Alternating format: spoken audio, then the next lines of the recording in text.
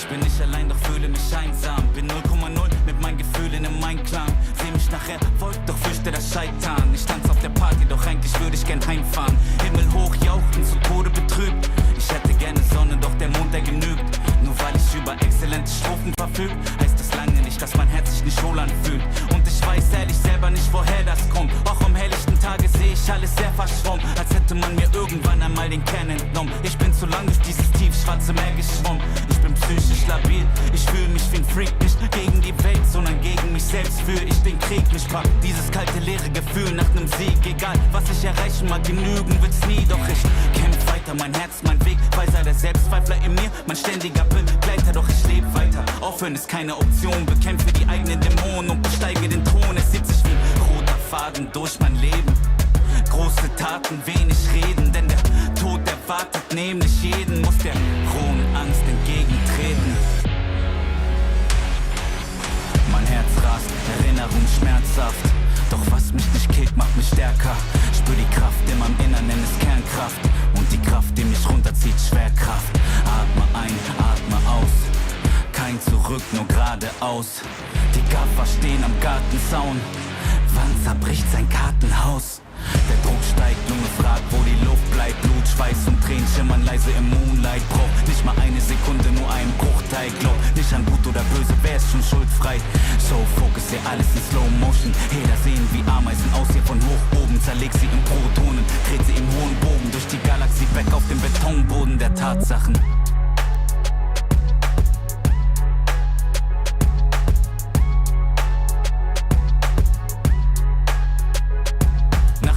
Glückssträhne folgen die Rückschläge, weil so viele dich fallen sehen wollen wie Hyänen. Sie trauen sich nicht zu träumen, rauben dir deine Freude. Sie haben täglich ihr Leben vor Augen, wie sie's vergeuden. Doch nicht mal einen Tag will ich tauschen mit diesen Leuten. Sie fühlen sich erbärmlicher, auch wenn sie es verleugnen. Lacht ruhig, ich hab einen Traum, der mir was bedeutet. Los Junge, schau mir in die Augen, siehst du sie leuchten? Bling bling, ich folg meinem Instinkt, so call me the Kingpin. Trag Gold in mir innen drin, dein Motto ist lose, lose, mein Motto ist win, win. Sie nappen mich, kleiner Versager, Trottel und Winzling. Während sie schliefen, hab ich weiter trainiert, schreib auf Papier alles, was im Inneren brodelt, keine Zeit zu verlieren. Bin schon einmal krepiert, weil das Leben dir die Sonnenseite zeigt und wieder irgendeine Scheiße passiert. Doch der Street Fighter in mir will weiter marschieren. Vielleicht werde ich mich hin und wieder auf der langen Reise verehren. Er hat dich keine Manieren, vielleicht sind sie schöner, größer, reicher, aber im Ich-Sein bietet mir keiner die Stirn. Und ich steh noch nicht am Ende, scheiß aus Menschen mit der Sense. Sag ihm, cancel deine Pläne, warte nicht länger auf Geschenke. Ich steh kurz vor der Wende und sie heben erst die Hände für die lebende Legende. War der wortkarge Chorknabe, man nannte mich Laborratte. Habe nirgends dazugehört, Passagier ohne Bordkarte. Ich vertickte Mixtapes aus der Sporttasche. Klick, klick, Papier und Stift wurden zur Mordwaffe. In jeder Seele steckt ein König und ein Feigling. Du musst dich entscheiden, bist du heute Löwe oder Schweinchen. Werd ich mich von den Zwängen in mir lösen, bis ich frei bin? Oder hör ich auf die Chöre, die nur nörgeln, an mir zweifeln? Und ja, zu dem Erfolg dazu gehört natürlich Timing, aber wenn die Chance eintrifft, ja ich schwör, dass ich bereit bin. Ich visualisiere, wie ich kill und attackiere, wie ich split und massakriere und ein Gröle wie ein Viking. Lass die Traumata jetzt los, sie verhöhnt mich als Kleinkind, doch ich löste mich. Ich bin nicht mehr böse, ich verzeih ihm. Nur im Battle bringe ich sie fürchterlich zum Weinen. Wie ein scharfes Katana spürst du, wie die Wörter in dich eindringen. Das ist eine Nachricht an mein früheres Ich. Die Zukunft macht dir große Angst, doch bitte fürchte dich nicht. Jedes ihrer Worte ist schlicht und ist eine Bürde für dich. Doch sei dir sicher, dass ihr Licht schon bald in Kürze erlischt. Und klar hab ich Angst, der Gedanke daran zu versagen verkrampft meinen ganzen Verstand. Darum warte ich nicht lang, denn ich wachse daran. Ich durchbrach diese Wand und ich starte den Kampf.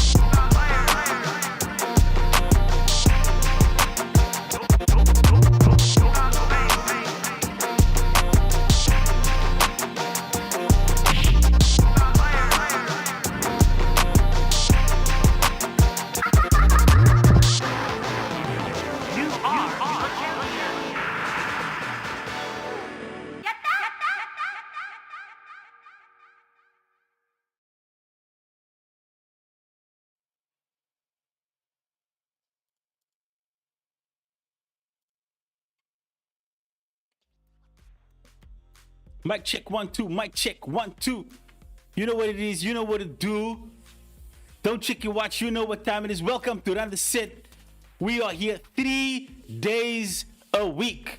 Mondays, Wednesdays, and Thursdays, bringing you the hottest and the hardest Tekken 8 Street Fighter 6 City of the Wolves, as well as Guilty Gear Strive action. But tonight, we close out Season 3, and joining me on the ones and twos, the frostiest of them all, the Big Freeze himself. What's your face? Yo, what can I say? We're back with Run the Smiths. What can I say, bro? Yeah, for the finals. The vibes are immaculate. So listen, chat. Your boy then made a big boo-boo.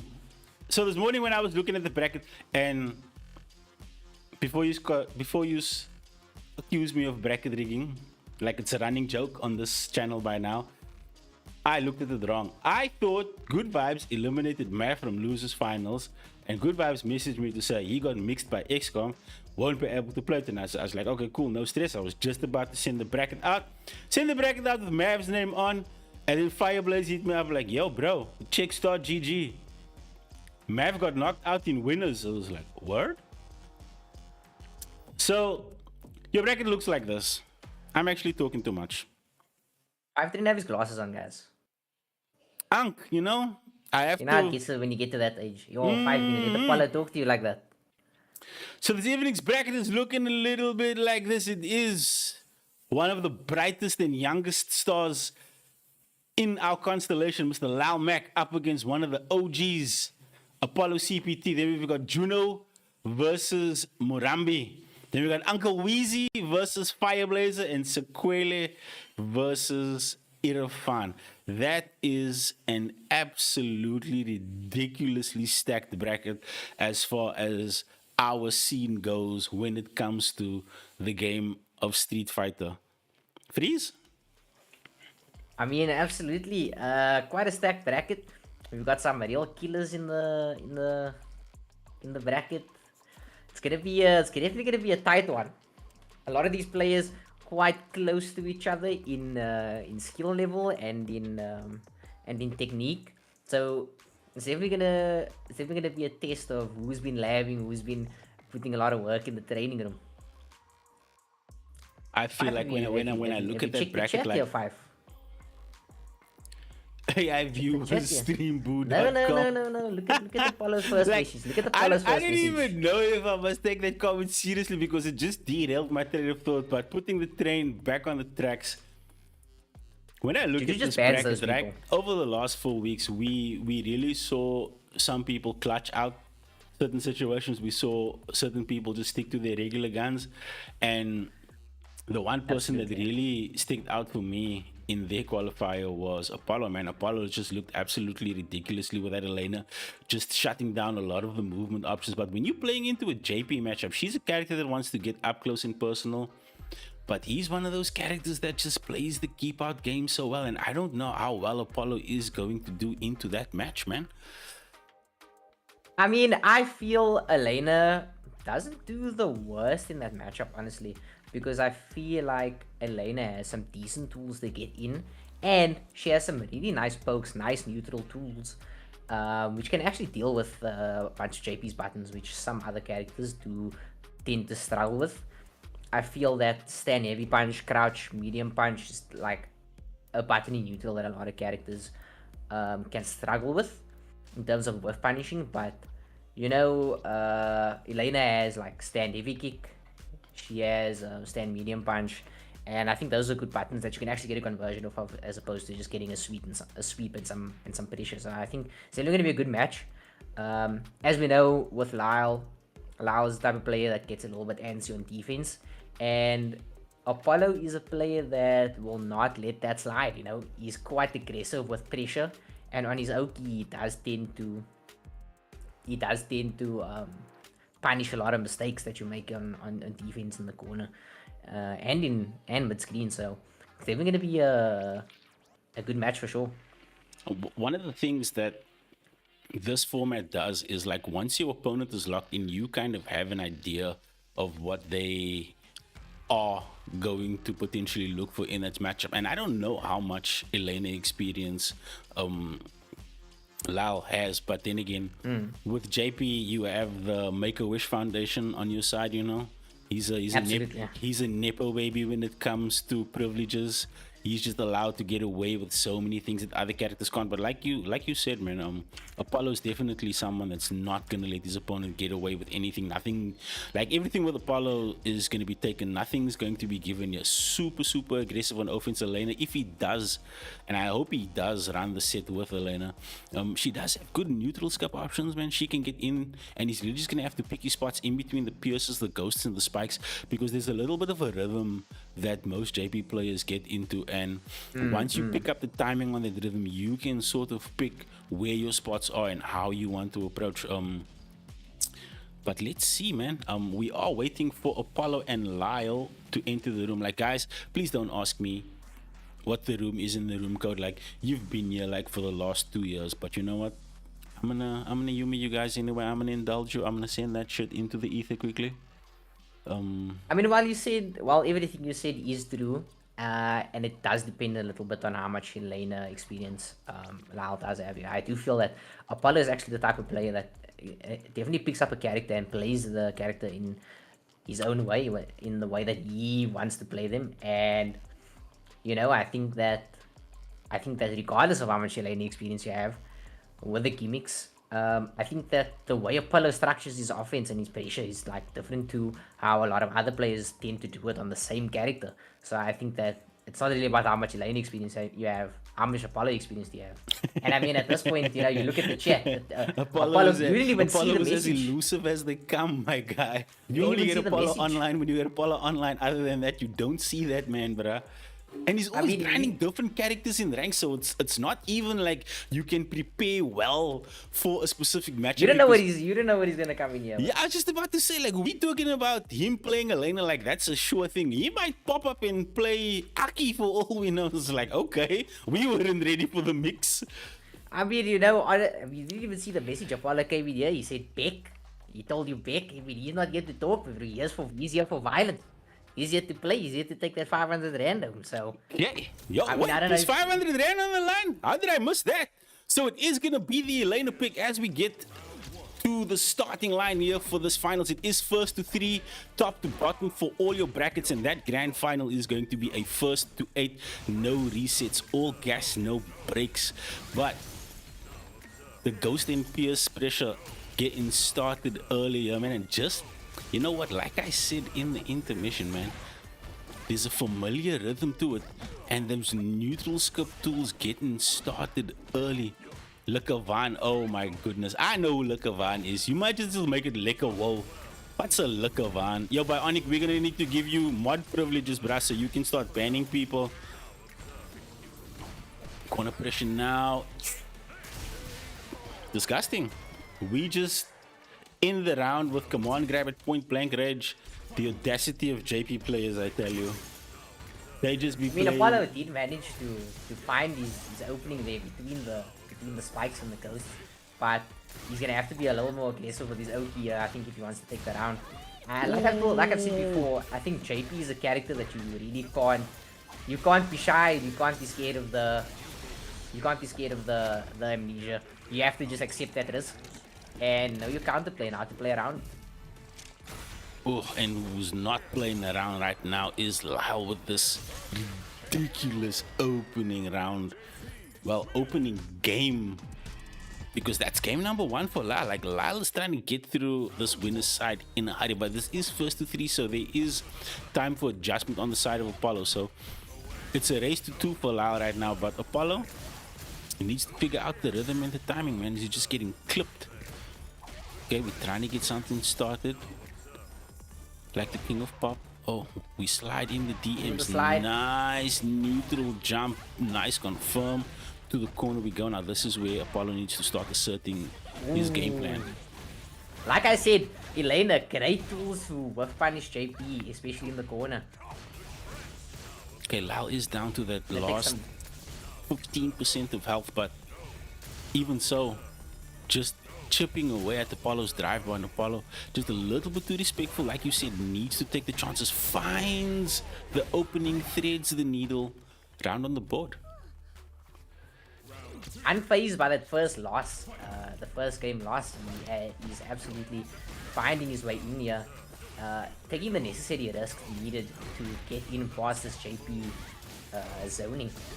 And that's exactly what you got to do, man. Me and you were saying, like, off stream, that one of the things that this game really rewards is when you have the ability to reset your mental stack after taking any kind of loss, whether it's a round or a game.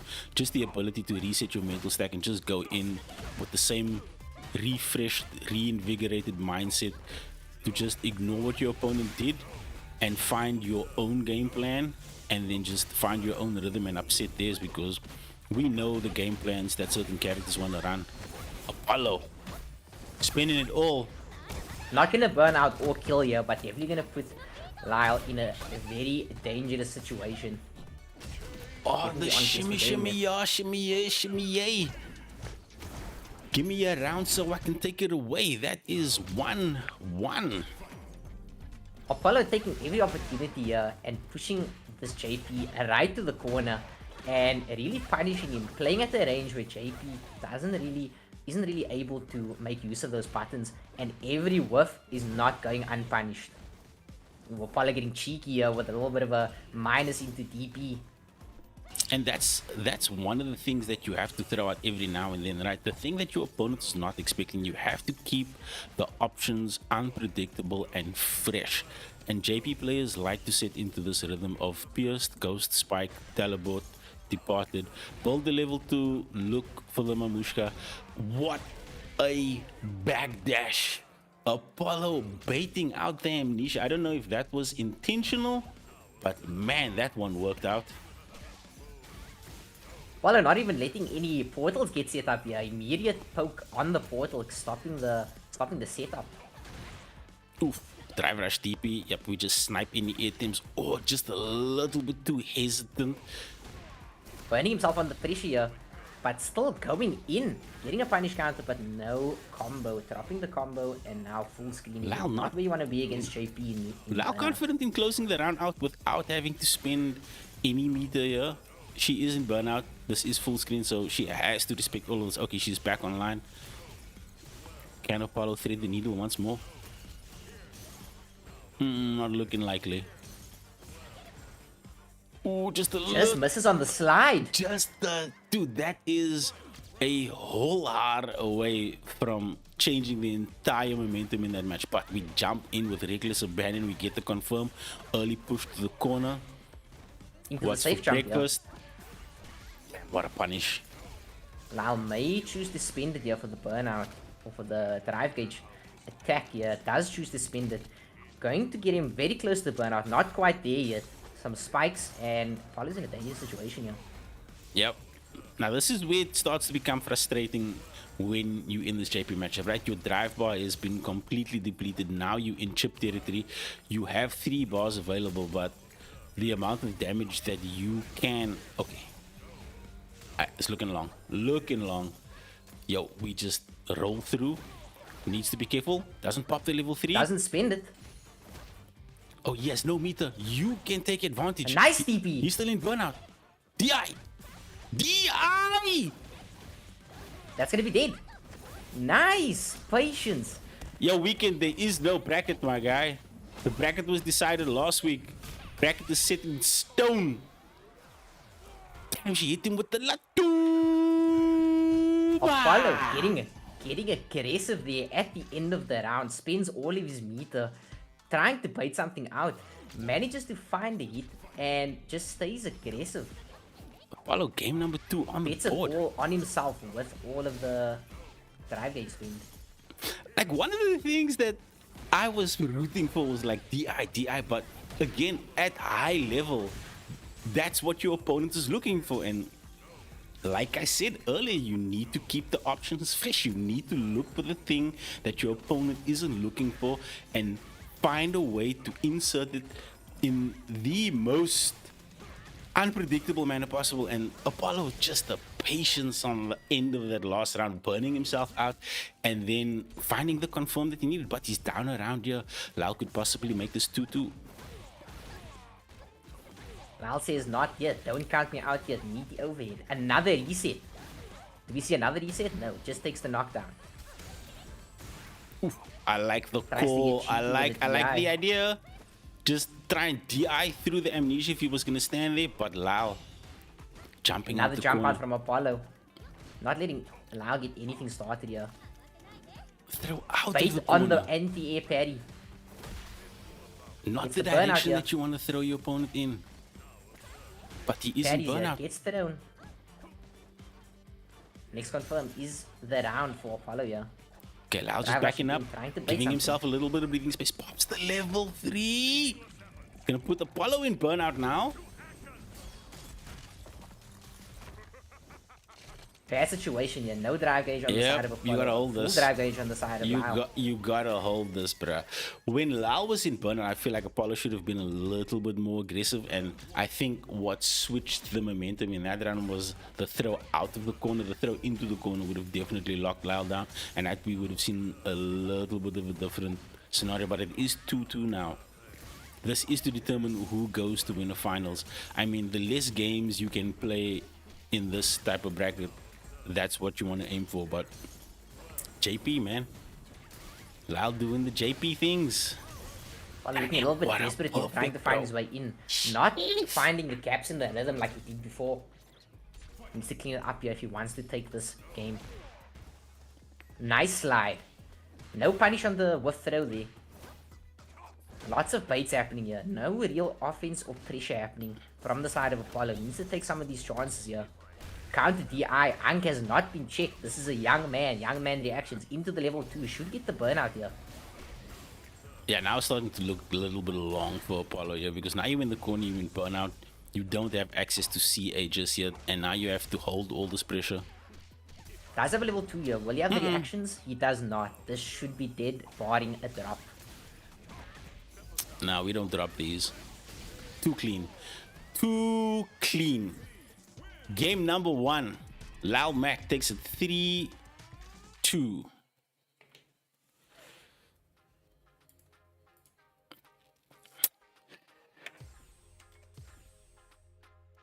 Again, Street Fighter 6 continues to show us that when you have your opponent at a disadvantageous situation, making the correct decision is make or break, because he threw him mid-screen. Lau was able to back up, give himself a little bit of space, and then allow his drive bar to recover. And what happened in that interaction? Apollo burnt himself out, and that entire snowball had this whole chain reaction of events that now sees Apollo in the loser's side, man. Absolutely, Apollo had a really good position there, but the back throw into the corner would have been ideal, especially on that parry bait. But he threw him mid-screen, and unfortunately that was the round. Apollo getting a little bit desperate, trying to find his way back in after giving away his corner position, and not able to find that placing. Yep, you never want to give up an advantage in a situation where you know that it can get dicey. But we can update. We'll have a look at that bracket for you right quick, my guy. If you didn't catch how this thing started, I'm going to put that on your screen real quick, because we have completed the first match here for our finals. So it is going to be Lau Mac advancing into the winners finals. Next up, it is going to be Murambi versus Juno. So this could potentially be a Cammy versus Akuma, or I know Juno has a Mai as well, and he has a Teddy. So I don't know which character he favors into the Akuma matchup, but I feel like all the characters that he has do well into the Akuma matchup, purely because they are playing the game. They make good use of the system mechanics. They have buttons that can interact with Akuma. Akuma is a glass cannon, so they don't need to worry about being net plus on the damage side of life. But Akuma is also a very mix-up heavy character, a character that can also snowball and pile on the damage really quickly. So anything you feel like Juno has to look out for, because we know what Murambi do. Absolutely. I think that we'll likely see the Cammy going into this matchup. Definitely a matchup that Murambi has said numerous times he does not look forward to, not a matchup that he's especially excited about. The real question here is going to be Akuma can really pile on the offense here, and we're going to have to see is Juno able to deal with that offense? Can he make the right defensive decisions in the right moments? And will he not allow Akuma's pressure and Akuma's mistakes to go unpunished?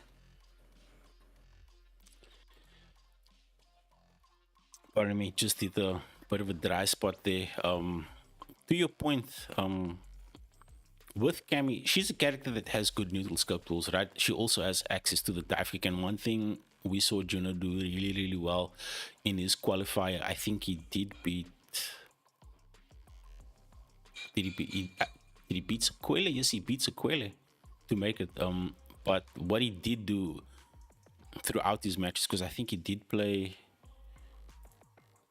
I don't want to speak under correction here. Let me pull this bracket up. Let me pull this bracket up.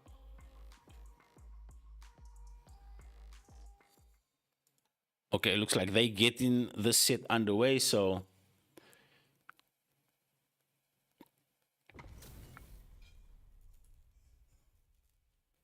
it is the Cammy.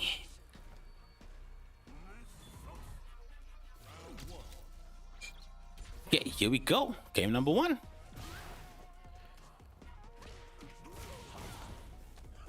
As I said before, we would likely see Cammy into this Akuma matchup. Like I said again, a matchup that Murambi isn't a huge fan of, but I feel that the Fireball is actually not that bad in this matchup, especially since the nerfs to Cammy's Spin Knuckle. And I think that we're really gonna have to see how well can Juno deal with the Fireball game here, especially against Murambi, who really enjoys that Fireball game. 100%, man. And what I was trying to say earlier before we transitioned into the match is that Juno did beat Murambi in winners finals for the qualifier that got them both. Well, Murambi didn't qualify in that one, Sequele qualified in that one, but in that one we really saw how well Juno was placing his dive kicks, and I still was pointing out the fact that in his bio he's got dive kick enjoyer, and he was really making good use of it, getting enough mileage out of it, and also just using it as a mix-up and a pressure tool just to throw off Murambi's rhythm. But popping the level 1, gonna go equal on rounds. Again, that damage on Akuma's side being a factor, that when he does get hit, it hurts a little bit more for him than what it does for his opponent, because his opponent can interact a little bit more with him. We OD DP to get him off. As Murambi back in the neutral. Like you said, the fireball game on Akuma's side is advantageous because he does have the fastest fireball in the game. He's going to recover a little bit quicker, but you know, pressing the issue. We go hooligan into the corner. One confirm Hooligan should for be hooligan. GG's here. Nice jump out of the corner. Oh, I think this is dead. Level 3. This is dead. Optimal. God damn. Akuma damage go brr. Akuma damage does go brr, and of course, like I said, you cannot miss a confirm in this matchup. You need to keep the pressure on Akuma. Nice spin knuckle to punish the fireball. A bait on the DP. Oh boy. Big damage here. Into the safe jump setup here. Not the punish that one would expect for the stakes that is on the grill this evening. I mean, it's $500 on the line. This is potentially a winner's final scenario here, and you're leaving damage on the table, dude. Oh, the DP lands this time. I mean, I think you're leaving damage on the table as in, I guess, trade for some pressure and a little setup there for yourself. Man, Murambi is ridiculously optimal. Like that's the mindset that you need to go into this thing with, is that every time you get a confirm, you optimize your damage so well that it doesn't leave anything to be desired, man. And Murambi showed us that at the end of that round, and the round that took the previous game. Speaking of, I need to update the scoreboard. Let me do that right quick. Adam and Flame as we go into the corner. Bada boom. The pickup. Wow, this character's damage is unbelievable. Now, this man came to play, bro. This man came to play.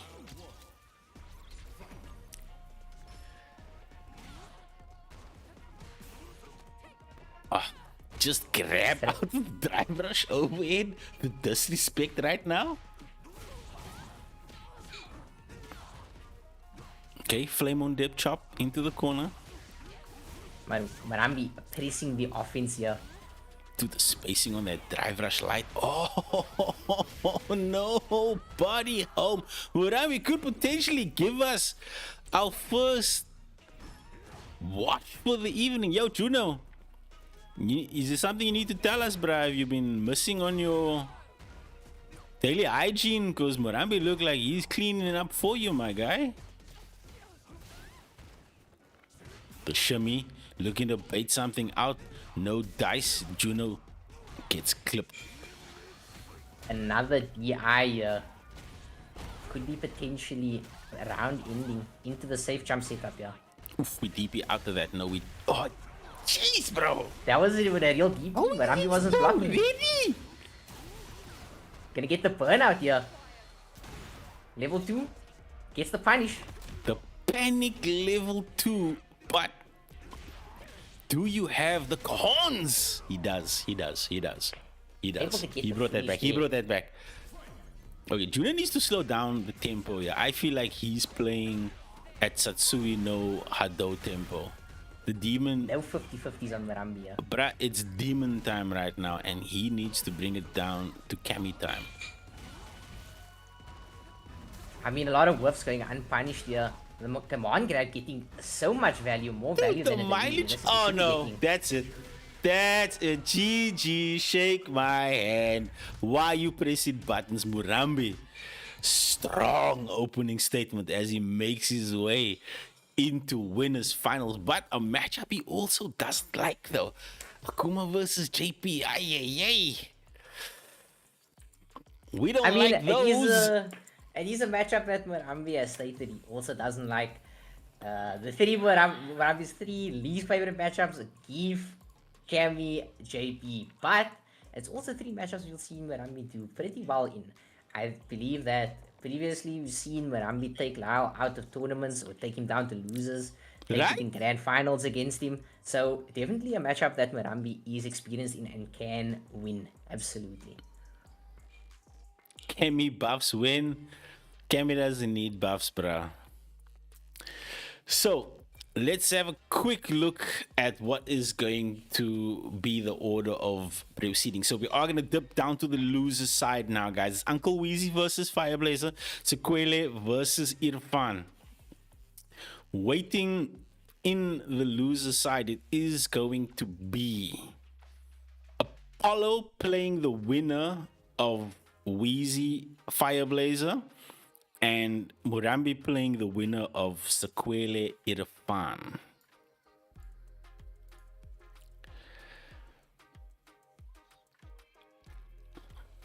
Who you got, Blazer or Weezy?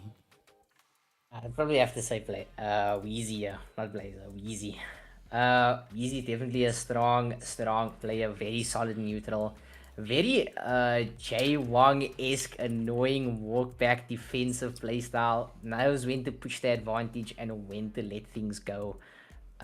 Whiffs and unsafe buttons are going to be detrimental to your health in this matchup against Weezy.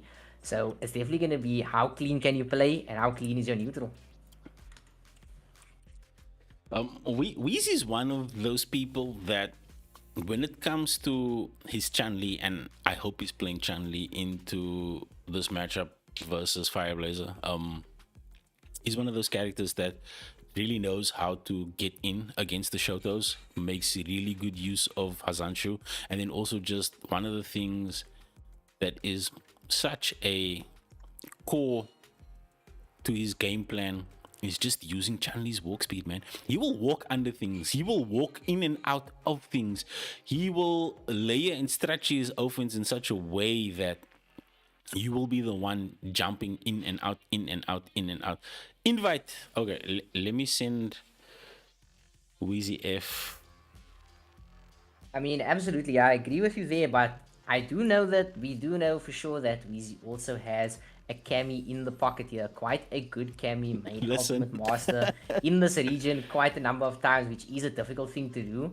And I feel that we may even see the Cammy going into this Ryu matchup, as Cammy is quite strong into the Shotos, can pick apart that Shoto playstyle quite effectively. So we may even see the Cammy going into this match. So am I looking for Likavan, or am I looking for Kambiri? Am I looking for Uncle? Who am I looking for? Likawan is Fireblazer. That's why he joined the room and left. I think he joined the room and left to change his name back to Fireblazer for the sake of the tournament. Nope, he left again.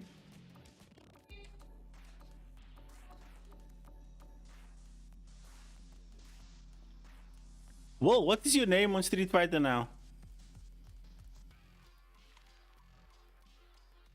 Isn't it Uncle Wall? Your guess is as good as mine, bruh.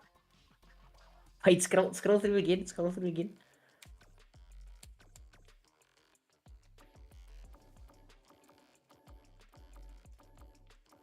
Okay, he said online, so it'll be in the online players. He said invite, so it'll be in the online players.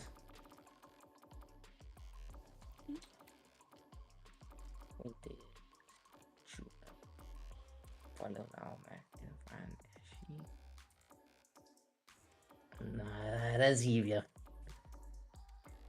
I don't know who it is. See, it is Uncle Will. He's in the room now.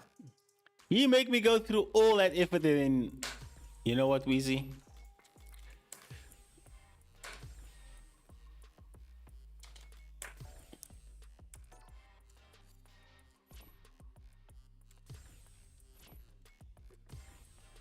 Okay, Fireblazer, keeping it white bread, keeping it vanilla, sticking. I don't know about vanilla Yuis in this game. I don't know how vanilla Yuis in this game. What do you mean, bro? Just because they gave him engine and a couple of plus frames, don't make him broken. He also has the most insane frame trap in the game. Jabs. That's safe. Yeah, and the damage, bro. Like one of the things that they really gave Ryu was damage, bro. The damage is ridiculous.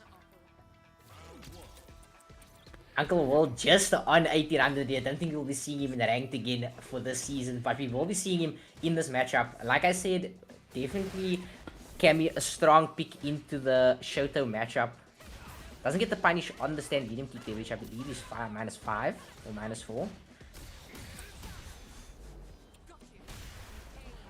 Does spend 3 bars but manages to get the DI punish here. The Unk will not be checked.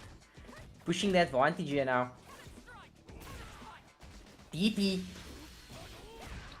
What? Wait on the level 1. He had enough time to I was set didn't up think that so. I was didn't action. think so. Nah, bro. I thought he was dead. I thought, not dead, but I thought he was getting beat by that, honestly. Dude, I legit thought he was gonna get smoked by the level 1 as well, but like he had what a low parry. My goodness. How are you ready, bruh? How are you ready? Fireblazer getting a drive rush confirm on the heavy punch here, but not sure how to convert it in the air. Weezy taking that all the way to the bank, right to the corner again. Next hit will kill here for Will. Okay, can the back throw get something started here? Fireblazer using the party starter, that stand heavy, to try and get a thing or two moving in his direction, but out to the corner we go. Damn, we just OD DP through that. What? Wake up, drive, impact. When in doubt, bust the Unk check out. Absolutely smoking the dive kick there. Absolutely smoking it. 1-1 here. Round of peace. Weezy not afraid of using the OD cannon drill just to create some space, but Fireblaze relentless with the aggression, moving undeterred in the direction called forward. Yo, we DP from there. Whoa. We That's not DP. invincible, man. That's not invincible. That is hard read. This is the battle of the Beast and Cape, though. Whoa. I've never seen that combo. Make a wish combos. I've never seen that combo that's set up in my life. What a setup from Mo. Make a Pulling wish it out the bag combo, when it matters. Uncle Weezy game number 1. This is loser side. You cannot drop a game here. I think that wake up light TP may have punished the dive kick there, but I mean, I wouldn't have woke up light TP. I had no clue what he was going for there, I'll be honest with you.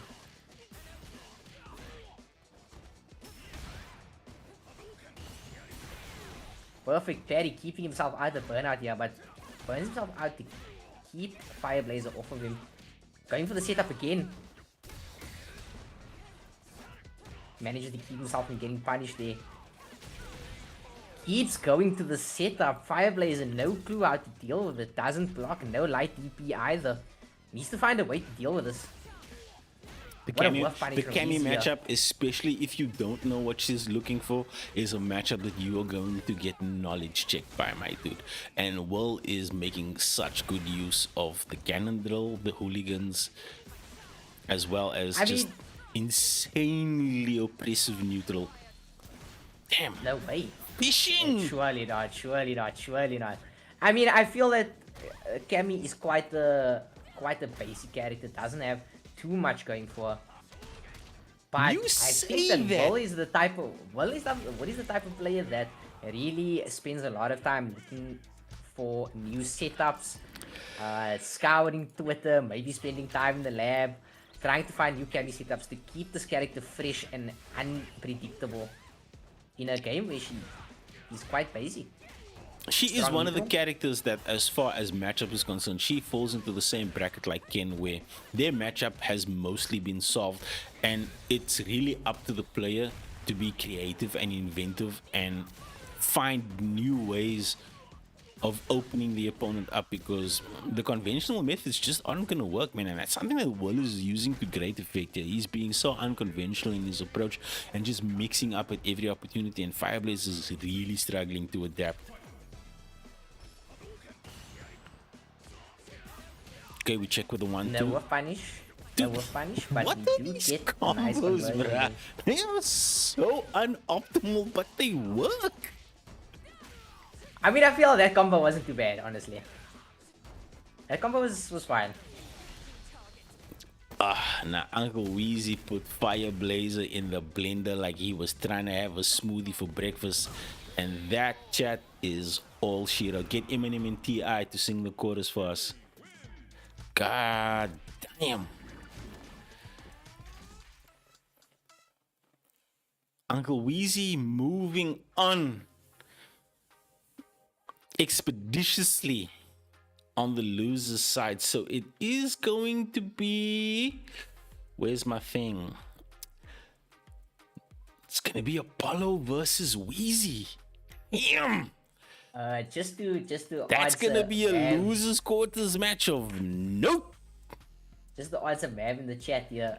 If you're talking about the back medium punch target combo into jump heavy punch, that doesn't always cross up. Sometimes it will stay same side depending on the how far she is when she gets the combo.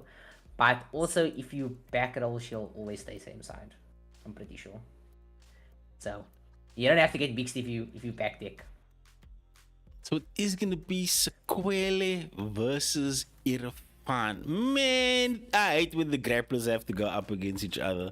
That's not a matchup that I wanna see. Let me invite the homies in right quick. Invite.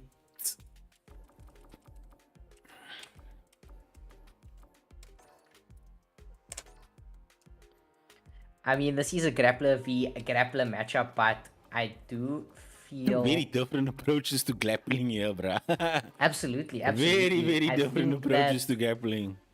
you know, Manon, I think Geef, kind of his identity is the SPD, whereas Manon, I feel that she has much stronger neutral buttons in terms of what you can cancel.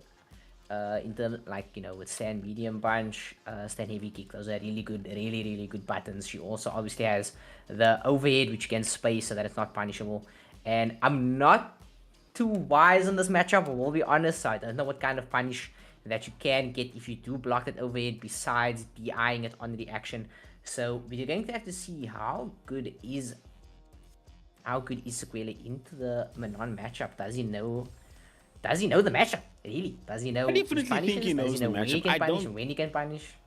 I don't feel like CRZY is going to be a stranger to Irfan's Manon. Irfan is chronically online. He's always grinding rank. He's one of the people that when you ask him about interactions with his character, he will give you the info. He's never gatekeeping like why certain things with Manon are working and why your interaction didn't work out. But I don't know, man. Is CRZY gonna pull up with the gift though?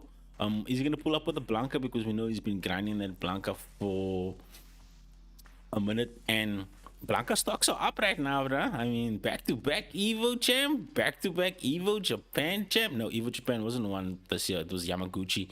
So yeah, he did win Evo Japan with Blanca against Kakeru last year. So he won Evo with Blanca this year and last year. So yeah, man, Blanca. I mean, that character's that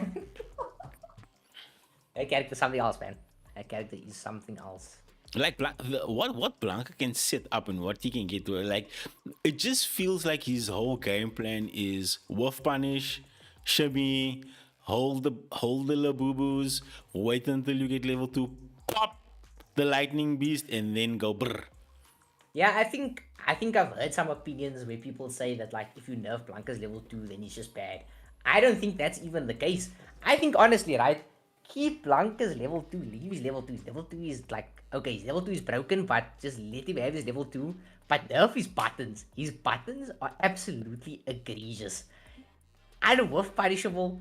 And it's like, you set up these like spacing traps in neutral by not doing anything, just pressing the button. You press the button, somebody's like, oh, okay, we wolf punish that. You must have wolf punish because it has like no hurt box whatsoever, and then you get wolf punished. So, what am I supposed to do, man?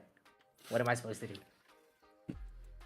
That's one of the things that people really struggle with, and with Blanca, one of the things that high level players do really well is just weave in and out of space.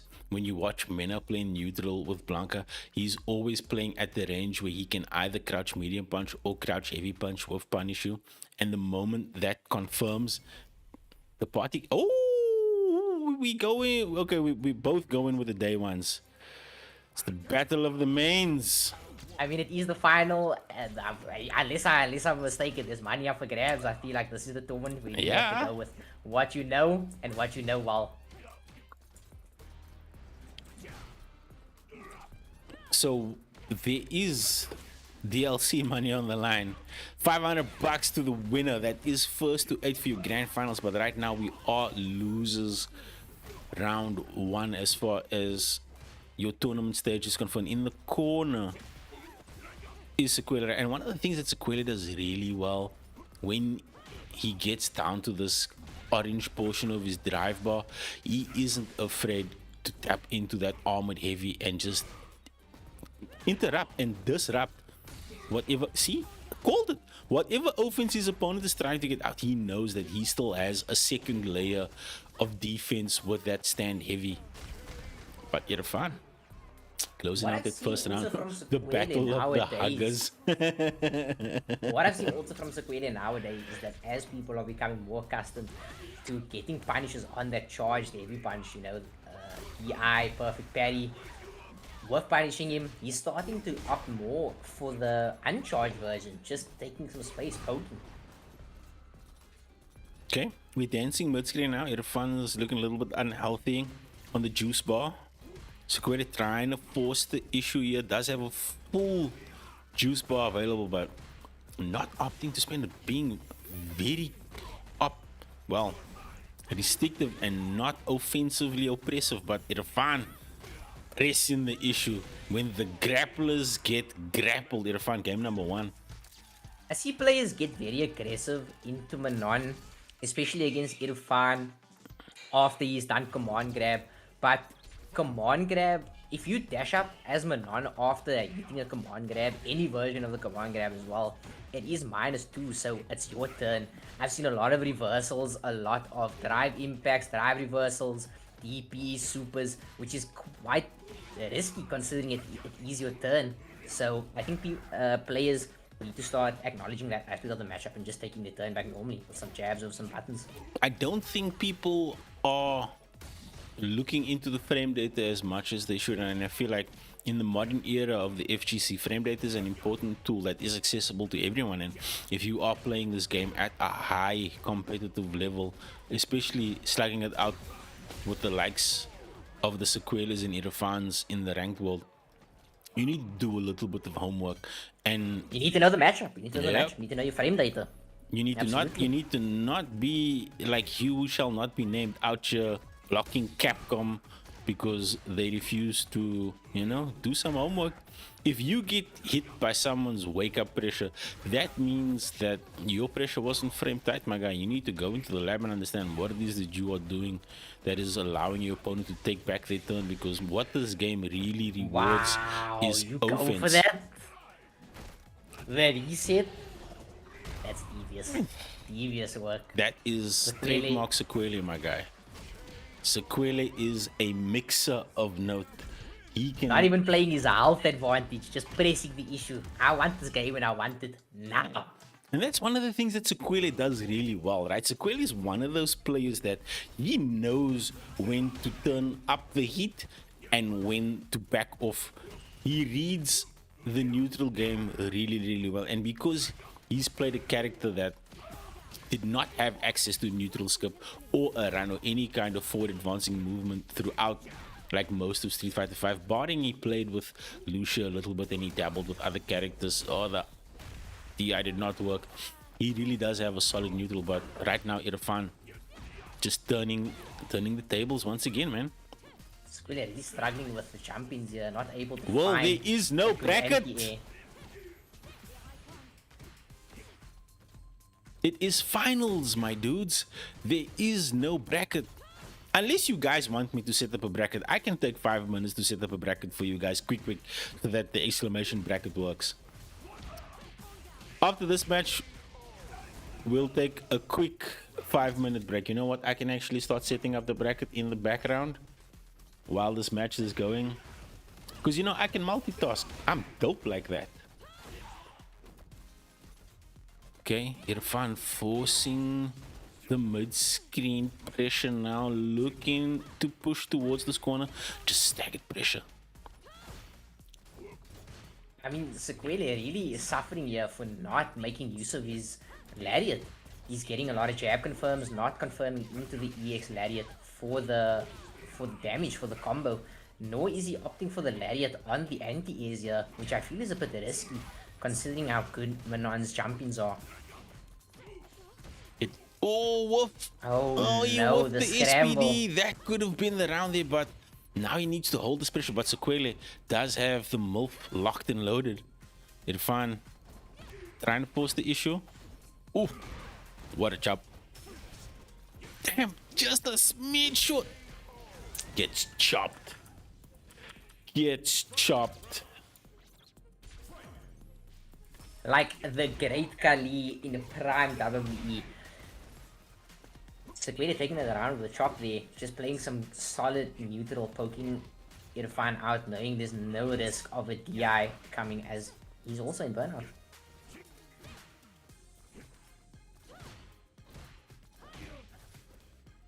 Just playing some neutral here, strong pokes, no whiff punish on the charged punch. CRZY going in now. Taking his turn back, gets perfect parried on the anti-air. Wakes up buttons, no confirm though, miss on the sweep. No real punish here from Irfan. CRZY just playing some patient neutral now, going in. Gets clipped, could be dead here. Yep, This could be Irfan, it. not sure on the damage here. Not enough medals, not enough drive gauge potentially to seal out the game here, but does take the drive gauge damage. Yep, and Manages that's to put him down. advantageous, right? Because now you can slowly chip. My goodness.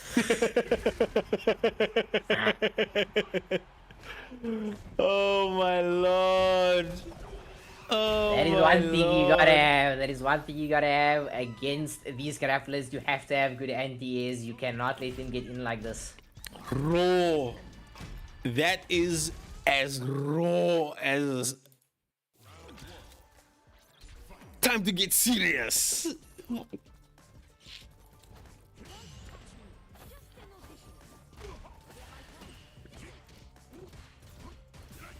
CRZY with the jump scare. Irfan is probably feeling like Yara. I mean, I think anybody would. There was a moment of hesitation, dude. Like that slight hezzy. Like he just like took his foot off the gas for but a fraction of a second and CRZY was in there. Gonna be big damage here. Opts for a setup. Tries to play something but doesn't get anything. Now Irfan in the corner. Getting big damage here. Should be able to close it out here. Okay, Irfan puts another round on the board, but rounds is not the problem here, bruh. It's what CRZY is doing in the space in between what is happening in these rounds. CRZY taking his big damage here. Not pressing the advantage here. Overextending his turn. Again with a charged heavy punch. Gets baited on the SPD. Irfan going to the corner now. Low on drive gauge, but does have the corner advantage. What is happening? What is going on, man? The dice is being rolled, my dude. Once again, low on drive gauge, but opting for the level 3 here. Feels he can take this round here. Yeah, needs to close it out here. Yeah, you see, against CRZY, I see a butt get sniped with the crouch meaty.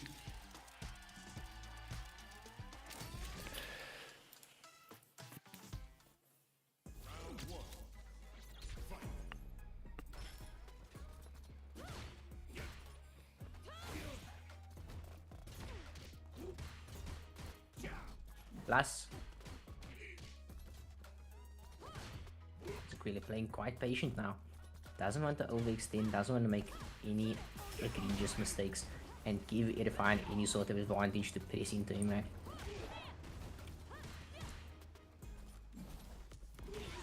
Miss, no. Finally, we see the lariat on the anti-air. A reset into the SPD. Probably gonna see a drive rush light kick here. Tries to close out the round. Or at least make an attempt for guess for game. Heavy punch. Not pressing the advantage here, just playing his alt advantage. Knows he's in burnout, can't make any bad mistakes here. Drive reversal, back to the neutral. Chop. Putting some pokes out now, trying to... We see a stand medium punch into command grab here. CRZY is still playing patient, not pressing his advantage, not getting too aggressive. And the trade in CRZY's favor here, taking the round.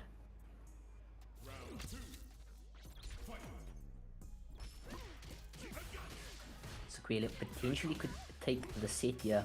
A reset into a reset. Tries to go for a little bit of a command grab there, gets drive reversal. Irfan not taking any pressure. Doesn't offer the level 1 for the burnout here. Throw.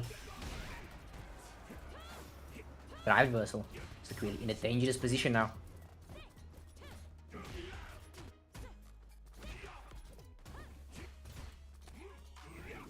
Another reset into DI. CRZY's drive gauge slowly building back.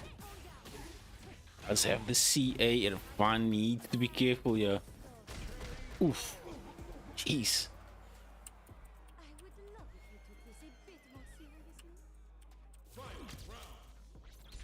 onto the final round here. Both with 3 bars. Equally scary here. We find only on 3 middle, so not going to be max damage on the level 3 should he choose to pop it at any point. Another combined guy, we have 4th middle, looking scary now. Keith does have that extra health, so he can make a couple more mistakes, take a couple more command grabs and throws than the average character, but not any reason to get overly reckless. Needs to make the right decisions here to try and close out this game. Damn, Sequela's life bar is not looking jacked at all. Miss on the anti-air and gets hit with the same mix that he won around with, that he won a game with a few games ago. It's fun just switching it up, man.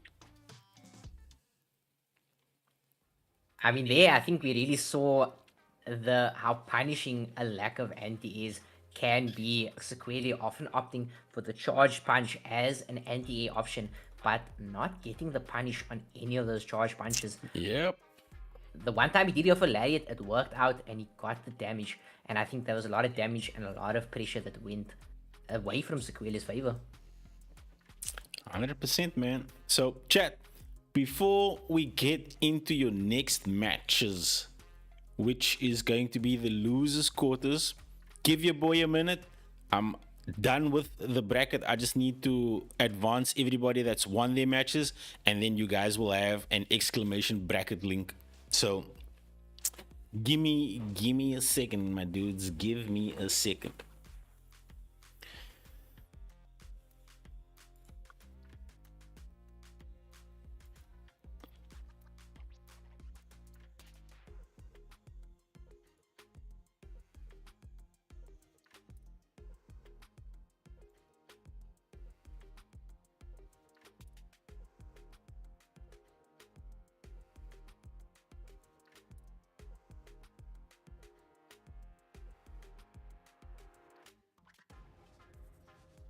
Okay, you know what?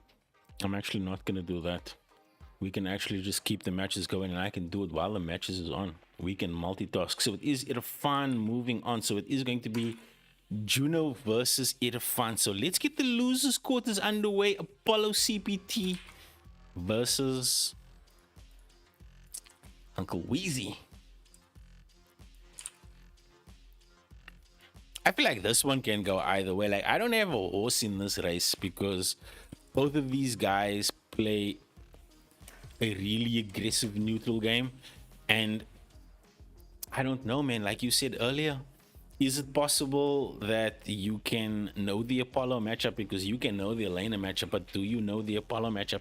Like, that match versus Lyle's JP, it just really came down to one bad decision, and I feel like that's going to be one of the factors that might be a factor for either of these guys, because both of these guys play a very snowball heavy neutral game where they will rush you down and they will make you guess on every interaction.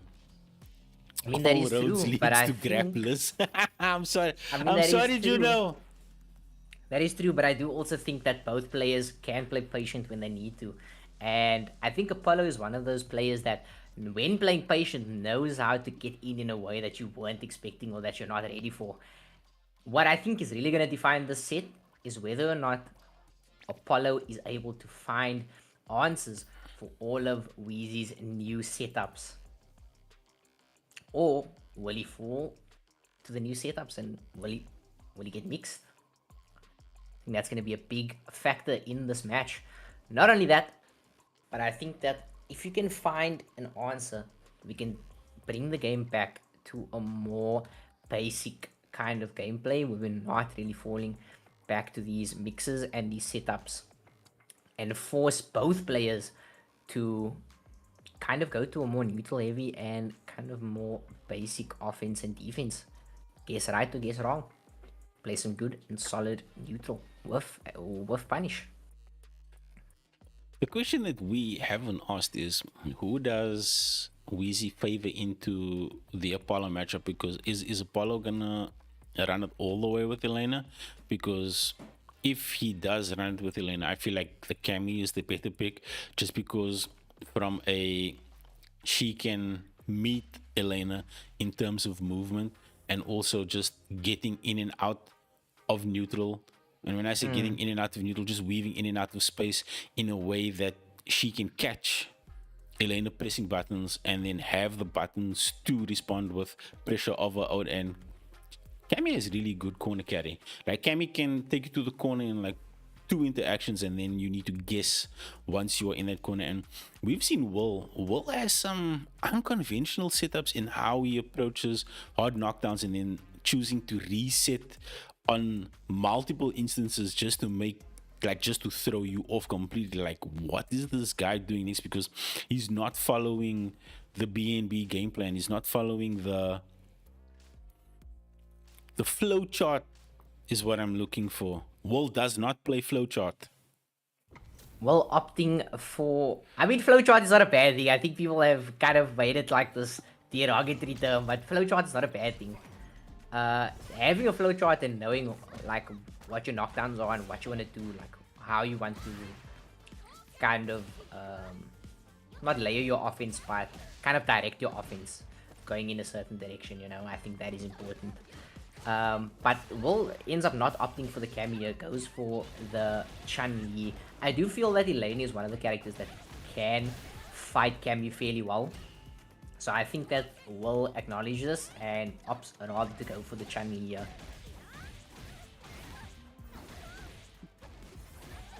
Okay, to the corner we go. Everything landing for Apollo, opting to spin the level 1 to close it out, not taking any chances on the resetting anything. Yep, yeah. At this stage of the game, guys, this is losers quarters. You are playing for your tournament life, and you do not want to leave anything open to interpretation. Oof, no checks. No unks were checked. Damn, we don't block on wake up? Maybe looking for a jump out or a backdash there, guessing on a throw, but unfortunately now the game goes, you guess right or you guess wrong, and will unfortunately guess wrong on that interaction. It is casino gaming at its finest, baby.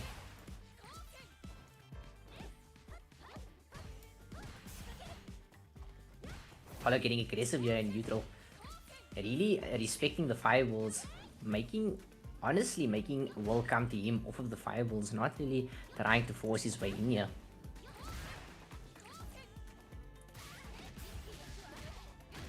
Will getting a hit with the fireball here, able to convert it, taking Apollo to the corner here.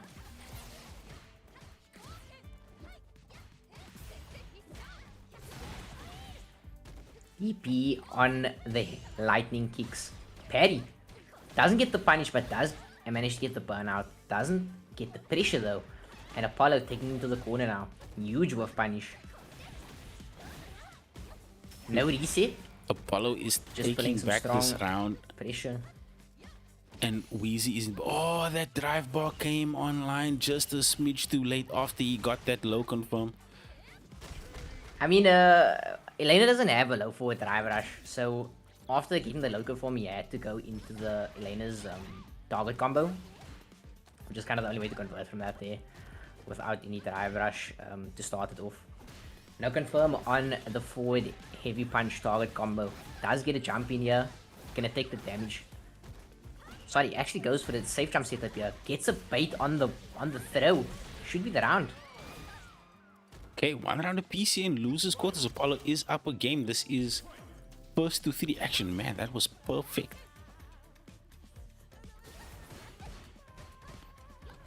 Apollo playing ridiculously well in that last round, but the Wheezy signature, walking under the cross-up jump in and getting a jab punish on the trip guard. Jump in here, no punish. Oh, gets sniped out on the drive rush into the crouch, medium confirm, pop the level 3, we spend it all. Not gonna be much damage, but he's gonna be quite a hefty tax on the bar. It's definitely attacking the juice bar, and that's one of the things that you have to shut down from Chun-Li. You have to remove her options because, man, what a call out on the level 2. staggered pressure mid-screen. Look at the drive bar. Apollo just now, hanging back. Gauge back. Okay, in the corner we go. Guess for game. He's gonna pull the level 1. Oof. We The wake level up 1 is punish not counter. invincible here though. Oh, what a perfect parry. Should be dead here. Yep.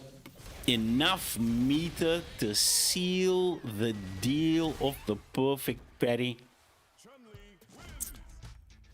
You know what, guys? I'm just gonna give you guys the verbal background of where the bracket is because .gg is being an ass right now, and I don't feel like fighting with .gg. It's like one of the things that I wish they made easier about the interface. They should just allow you to drag and drop people in the bracket. Damn, we bait the wake up. Double bait on the DP here. Should be around. Damn, we bait the wake up Tensho kicks twice. Damn, wake up DP has to be some of the most punishing mistakes you can make in this game. You wake up DP and that shit worth, oh boy, you going to Pound Town for real, for real. Man, he lost 40 to that. 60%, 40 to 60%, and if you're Akuma, even worse. But no Akuma's in the... Ooh. Not gonna be a huge punish here. This is only a punish with a fireball. Okay, we throw mid But screen. still 2 bars down. Below 3 bar threshold here, it doesn't have access to anything after a drive cancel here. Oh, getting sniped by the low, then the overhead Wheezy into the level 2. Gonna press the corner advantage here. Goes for the patent, but drops. No. Okay, we salvage. We salvage. Wasn't a drop, chat. That was a reset. It's the Wheezy mix. Another jump. Hard read on the round start. Early press Into to the the safe jump corner. setup here. Wheezy not pressing buttons. In burnout now. Okay, now Apollo needs to be smart about how he's going to layer his pressure. Not, yep. A nice A to A to try and stop the escape from the corner. ODDP, you gotta pop that DI. But he confirmed from that. What am I talking about? Pop DIs. What do I know? This is why I commentate Street Fighter, and this is why they play Street Fighter.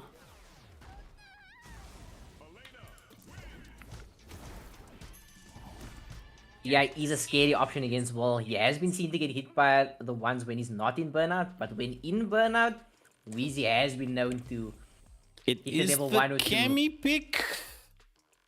Man, and that's what I said, but I think I favor the Cammy pick more into this matchup because she will interact a little bit better than Chun-Li is able to. She's got a buttons are a little bit faster. She can also play this game where she can weave in and out of Elena's face, and that's what Apollo's been doing really well. Apollo's been shimmying point blank and then just waiting and fishing for any button presses, and then just doing a really good job of switching up the drive rush, low options, and then just also Apollo not also playing at the range really where Chun-Li can make use of that kind of, you know, walking forward, walking back jab pressure that Will likes to use so much on the character. Really opting for this longer range, more medium heavy, neutral neutrally approach. Playing grounded based footsies approach, man. Which kind of, I feel, played into the choice to opt for the Cammy here, because I feel that Cammy maybe has better mediums going into this matchup, longer range mediums that you can kind of compete with Elena's buttons more effectively than I think you can with Chun-Li. Yeah, no, Chun-Li was really getting mileage in that matchup of her stand medium punch. Her other buttons weren't doing so well, and Will sort of picking up on the fact that he wasn't able to interact in the same way that Apollo was just able to take advantage of, and then just weaving in and out of his face and just having really good neutral scope tools with Elena, just going for the tumble into buttons. Man, that stand, is that a stand light kick that Apollo uses so well? A lot of her lights look very similar. Her like stand light punch is like a high kick, and then a stand light kick is more like a shoulder, like a normal stand light kick. Oh, that's gonna hurt. That's the hit actually. Yep, optimal into the level 3. Man, like guys, we give nothing but warnings. Wake up DP is a terrible option when you are in burnout and you don't have a way to make it safe. Well, not really suffering as much in the neutral here as we saw in previous games. Final game now.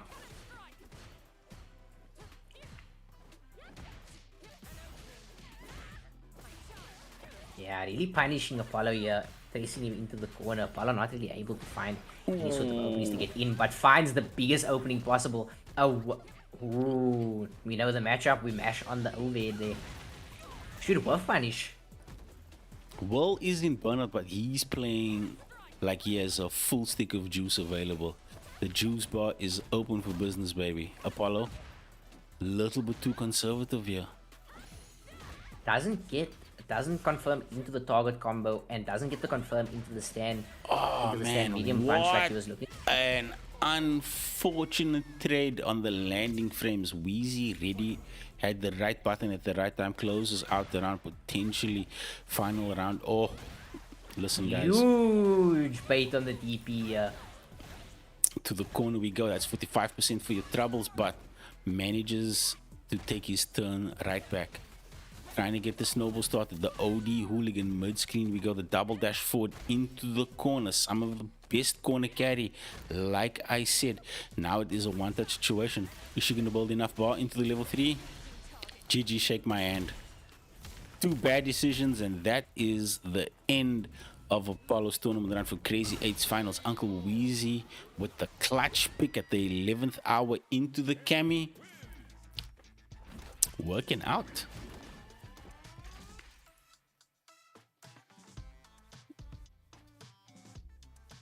Well, really able to see where he was struggling there with Chun-Li in that Elena matchup. Not really able to compete with Elena's long normals without the use of the fireball. Knowing that Apollo is almost has a sixth sense for when to make those jump-ins.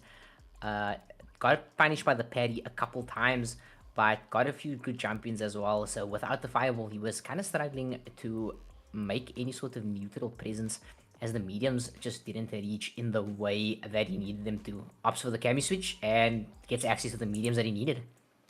And that's what I said, man. I did say that I favor the Cami into the Elena matchup because she can interact a little bit more. She's got better buttons.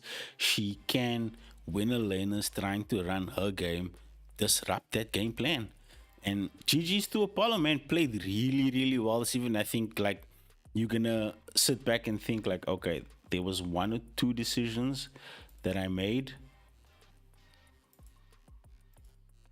that didn't work out for me, and that was the reason why his tournament run did conclude in the way that it did. Played out that way in the winners finals match with throwing Lyle into the mid screen and not throwing him into the corner. That's what sent him into the losers, and then into the Cami matchup, Will just being a lot more aggressive and just pressing the issue and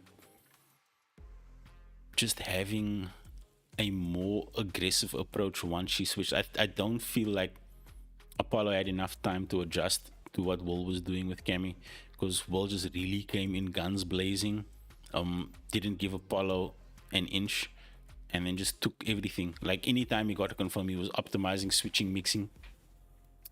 But next up, it is going to be Juno versus Irfan. This might be a Cami into the Manon. I don't know how Juno feels about the Manon matchup, but I know a lot of people don't like the Manon matchup because she's a grappler that can mix. Let me invite the homie. Again, I think that what's going to decide for a lot of people how well they do into this Manon matchup is how well they know the Manon matchup. I see some of our players do know it fairly well when Irfan goes for that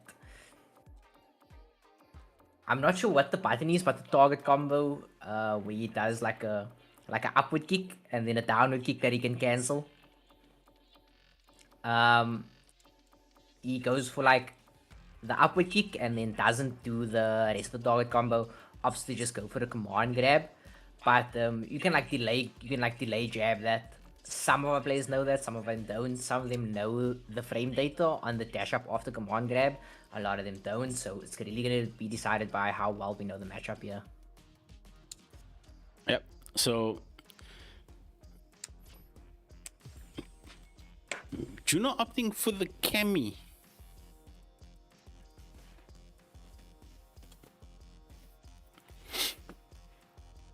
Just waiting for Irfan to come in. He is kind of like one of the things that the guys do while playing tournament is like while they're waiting for their next match not to get any cold fingers, they will just go into ranked and go and play a match.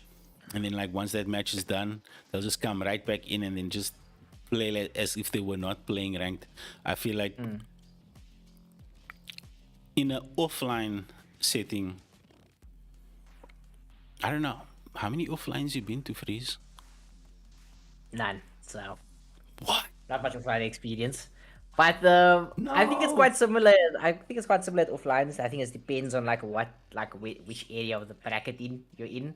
I think if you're quite early in the bracket, your matches are like quite close together in terms of time. But like as you get a bit later into the bracket, you know, you've got some time between your matches, and you can maybe go play some casuals for a bit with some people. So that's pretty similar, I would say, to the offline setting. No. We need to get some form of offline, regular offline action happening all across the country. I know the Jobber guys are really pumping the offlines on the regular. I think this weekend Nitro Playground is happening, so there is some Tekken, some EAFC, and I think some Street Fighter 6 action happening as well. But to the Street Fighter action on the screen right now, it is Irfan pressing the Menon advantage early to beat up that juice bar, but is down in the life department now. Juno, oof, pressing buttons on wake up. We don't block, we don't respect pressure, and you pay with your life. Could potentially kill needlessly there with a more optimal combo, but a kill is a kill, and that's what's important. Juno really, and seems like he knows quite a bit about this matchup, knows how minus things are, where you can press buttons, where you can get a punish. Yeah, getting a punish on the, a little bit of a bait on the drive reversal there. Juno getting a bit antsy with the reversal option. Not pressing his advantage here, just kind of trying to play solid neutral, which is not necessarily Cammy's best position against Manon, I feel. Manon has quite great buttons that Cammy struggles with a little bit. Ooh, Can't really get into that position close. With a pirouette kick, one round apiece. Yeah, Manon's buttons just really, like, they linger so long. And as a Cammy player, like, you just sort of stuck waiting for animations to complete. And then, like, even when you are ready, like, the way Irfan plays and the way he structures his pressure is that you sort of second guess yourself, and that's like part of the mind games of how he wants you to think about what he's doing more than what you should be thinking about what you should be doing. And in that first round, to your point, Juno was calling out certain interactions, but Irfan just seemed to get the better of him and just snowballing right now. Oof. One touch here. Should close out. Yep, the anti-air hits him with the rug pull. Game number 1. Irfan.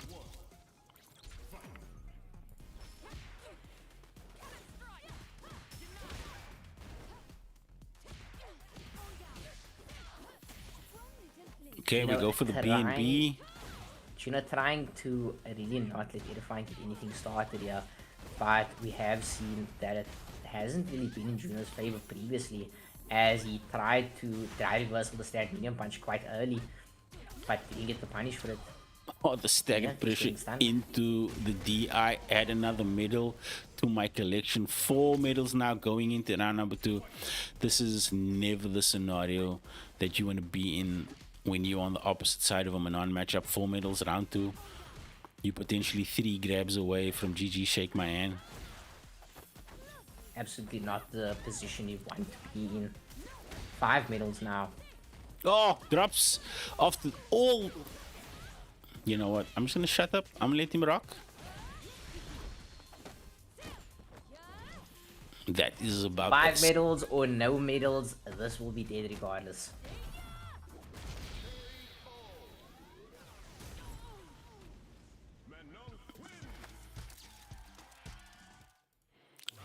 The staggered pressure going the extra mile right now. Irfan squeezing out another round into a kill. It's 2 games up in this losers quarters match. Could potentially be final game for Juno if Irfan continues the trajectory and the pressure that he has been applying in these first 2 games. We're back mid-screen now. Drive bars are both in the orange, but Irfan staying aggressive. Just playing this heavy interrupt, poke, heavy game plan that's just so disruptive, and Juno not able to find any kind of footing or timing as to when he can start his pressure. It's a knockdown here though, but opts for the hooligan. Irfan mashing on wake up, catches the hooligan. There we go, that's the interaction I was talking about. No delay jab from Juno here. Irfan taking advantage. Really gonna push it now with the... Yeah, yes, 3 stacks there, though. and 4 medals, so either way you slice it here, it's 2 interactions, 2 guesses for Juno. Or did not pop the level 3 there. Is Juno gonna pop his level 3? If he wants to. Goes for the side switch on the hooligan. Wake up level 2, nobody home. Yep, you don't need Almost to do got too caught much. there. Yeah. Almost got caught there. I was just about to say you don't need to do too much. Backdash, maybe looking for a throw, but does end up being able to get out of the range anyway. Really getting caught by this overhead. Dude, and just like that, the momentum is back in Irfan's favor. In the corner we are. This will be burnout, yeah. Yeah, Irfan looking for the cheeky, but still up in the life department. And Manon's one of those characters that even when she's in burnout, it doesn't really affect her approach to neutral anyway. But that is going to be Irfan taking it with the clean 3-0. Gonna meet Uncle Weezy. The OGs, man. The OGs are showing up this evening here for CRZY 8's finals, man.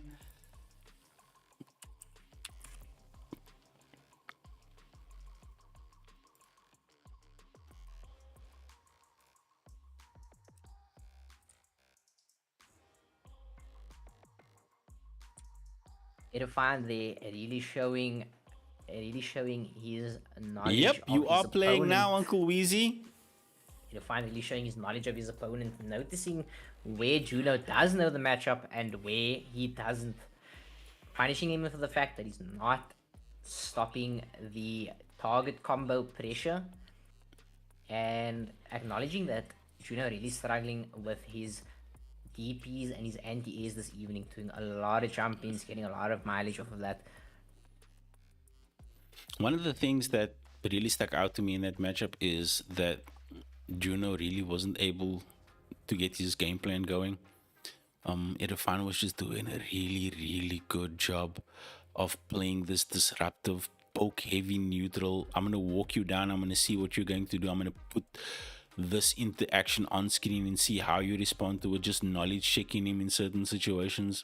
To your point, to your point, getting knowledge checked, and then like once Irfan see, okay, the check clears, okay, now we're gonna run that, and then we mix it up a little bit just for good measure to keep you on your toes. And unfortunately was swept off his feet 3-0. But Uncle Weezy Are we gonna see a Cammy pick here? Are we gonna see a Chun-Li pick? I don't know.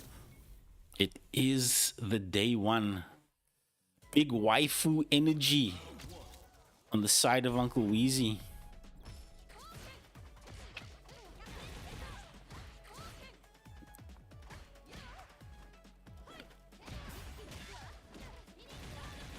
Get to the corner we go, the spinning bird kick. Irfan says, nah. Back to the center of attention. Papa Cafe is my favorite stage in this game.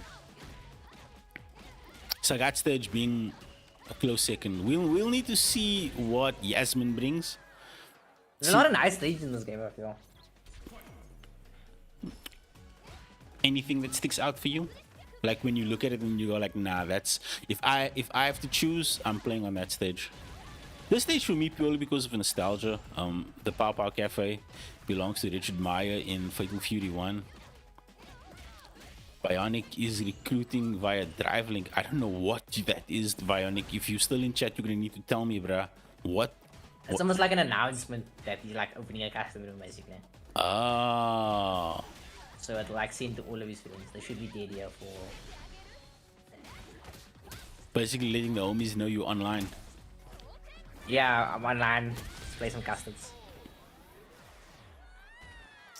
Alright, keeping it custom is Uncle Weezy with the signature confirmed to take game number 1. And that's the thing about this game, man. You can like snowball your opponent and go into your next match and you can look like a completely different player just based on how the other guy's playing. What a neutral jump, but punish was a little bit lighter than I would have expected. Oof.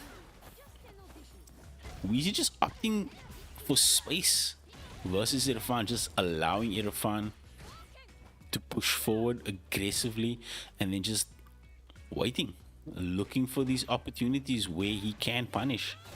Is up a game now. OD Tencho kicks to create a little bit of space. Oh, Irfan looking to snipe. Punish on the spin kick there. Irfan looking to snipe something out there, but oh, what a perfect parry.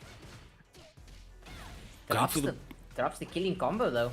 Going for the perfect parry in that situation, not for the DI. Interesting choice, but works out either way. Is up another round as we go into a potentially final round for the second game in this loser semis match. Nice confirm spinning bird kick. Kikoken in the neutral. May opt for the level 3 just to build some drive bench back. I don't know what it is about Will and not using level 3. He always goes for the mix option. He goes for the drive bar punish option, but only in certain situations where he knows popping the level 3 is going to secure the round will he do it. But then again, sometimes he doesn't even do that, dude. I'm always at a loss for words when it comes to the way Will uses his meter in certain situations. A lot of forward light punch here, but no confirming to level 3 off of it. Okay. Perhaps not buffing, Around or each. perhaps just not ready to confirm it. And there we go. As we said before, delay mash on that target combo will net you a punish. We'll probably have to go for level 3 here. Opts again not to bait on the parry here. Notice that option from Irfan on previous attempts. Okay. Will is in burnout, does have 3 stacks available. Irfan needs to be careful. He was ready. I was just, dude, as I said, needs to be careful. Man pops level 3. Wasn't able to get the confirm into level 3 on that forward light punch. Said, hey, you know what? Screw it, man. Let's go for medium punch. I've had success with that in the past on those burnout buffers. Let's see if we can get it again. And gets the confirm into the round. Okay, Will with a chance here. Potentially sitting on set point to move into losers finals.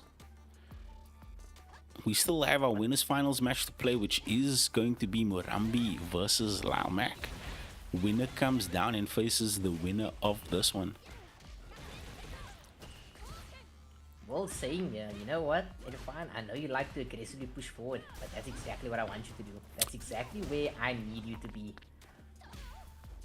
Will is playing such a good spacing game, dude. Like, he's just staying out of dodge and just having the correct options on every interaction where he chooses to attack. If he's not just hanging back, staying out of range, he's got the right button and the right option, and potential final round here.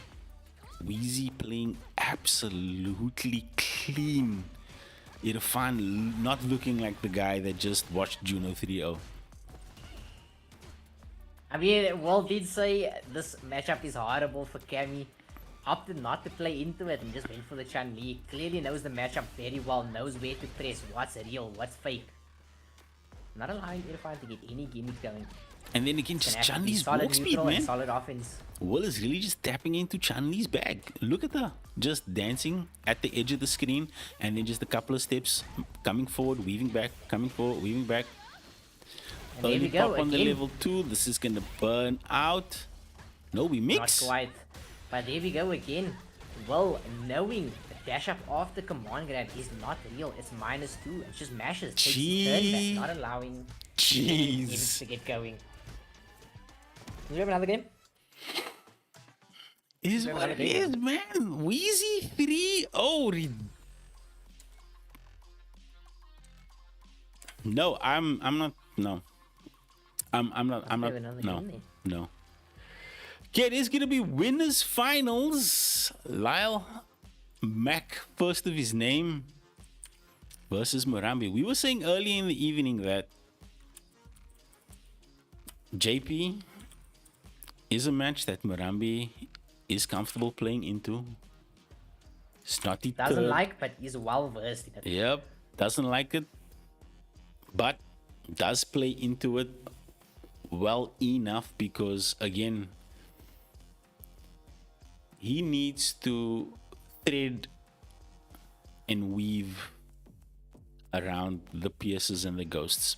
If Murambi can avoid the pierced and ghost pressure and not allow the damage to his drive bar to make him feel antsy and disrupt the game plan that he has, I feel like he has a good chance of making it into grand finals. The moment he's going to waver on what he needs to do, that is when Lila's going to gain the upper hand. Like, we know he has the OD amnesia, we know he has the side switch, we know that you can't interact in the same way, but staying out of range, using your parry, and then recognizing when there's an opening that you can cash in and out on, that's going to pay dividends, man. That's what I feel. I don't know how you feel. I mean, I agree, but I also think that at the end of the day, whether or not JP players like to play neutral is an aspect of the game, and when those buttons Do JP players play neutral? When those buttons whiff, they cannot go unpunished. How ready is Murambi to punish these whiffs? Either the bracket doesn't work, my guy. There is no bracket tonight, brother. We are in winners finals. It is Lal Mac versus Murambi. Uncle Weezy's waiting in losers finals. We got this match, losers finals, and then grand finals. So 3 matches left, bruh. And it's now, geez, these guys, like, having an extra game, like playing first to 3 this evening made absolutely no difference. So everybody's saying that they want this game to be a first to 3 game. In the games where there was an extra match, the third match didn't matter. It's still, the result was still the same. I mean, I think we saw some 2-1 comebacks this evening though, so maybe they do matter. I mean, I'm pretty sure Will made a 2-1 comeback against Apollo. Yeah, but that was like the one exception. No DP on the teleport here. Ops to parry gets baited. Another bait on the parry. Gonna go for the burnout here. And parry the perfect parry. On the jump in. Tries to reset into the command grab. Yo, Murambi, you a madman, bro. Ready. Murambi, you a madman. You just neutral jump the command grab. Just off pure instinct, of pure vibes. Vibes based neutral. I respect it. And the spike clipping, the toenails. That man just got a pedicure at the end of that round. But Murambi starting with the aggressive dive kick pressure, and Lal Max just stoic. I don't know what it is you think you were gonna try and do there, sir, but stay in your lane, bruh. It's my game.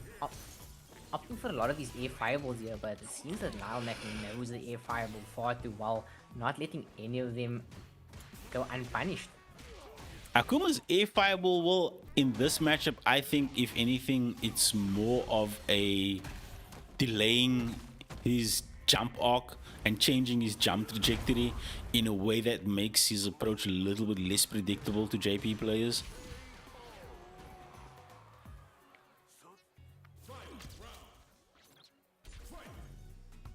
Okay, final round, game number 1. No, Murambi, you are going to have to anti-air DP, my dude. You cannot let this man land for free. Another miss on the. This isn't Cape Town International, my dude. Well. You need to punish this man every time he leaves the ground. The pressure now is going to the corner. It seems that the lines are starting to become more defined here. We're starting to see what Murambi is looking for with these air fireballs. He's jumping and clearing over these zoning attempts and throwing the fireball as a way to keep Lyle from escaping, keeping him there on the ground. Getting exactly what he wants out of these air fireballs now. Yo, Juju. This matchup, but it's up by 1. Don't burn your mobile data, bro. You don't need to. You can just catch the VOD. It's going to be online for like 14 days, bro. It is winners finals. This is finals as well. Sad that you aren't here to defend it. But it is what it is, man. I hope you're enjoying the camping trip, bro. Ooh, what a shimmy by Murambi. Okay, Murambi burning out for the sake of the plus frames. Lal does not block on wake up. Another round for Murambi as we go into potentially a final round for this game number 2. Murambi, just whatever you were doing, just keep doing that. It's clearly working out. Perhaps Lyle once again might be looking for a backdash or a jump out from the corner pressure, but Murambi, knowing Lyle's defensive tendencies to try and escape the corner pressure off of the throws, a huge DP here when it matters most. Puts him in burnout, goes for the DI. Lyle, super aware, pops the level 1. That just swung the momentum in his favor. Now could potentially just chip Murambi out. Just go full screen chipperoonies. Hit him with a Doritos mix. But Murambi with the level 1 on wake up. Lyle is out of burnout now. Murambi forcing the issue. Is gonna come out of burnout. Okay, back on equal footing. Damn, the punish counter. Oh, just the... This is the punish. Oh, but Akuma walk speed able to get in and get a grab before Lyle even realized what was happening in the scramble.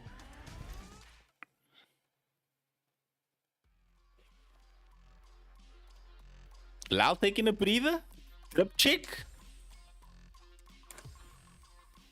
Yeah, Murambi played those 2 games at a very, very blistering pace. I feel like the pace at which Murambi was playing has to be making Lyle feel very uncomfortable right now. And I think that is a good call from Lyle. Just get a drip check, drink a little bit of water, think about what it is that didn't go your way in that last game, and recalibrate, man.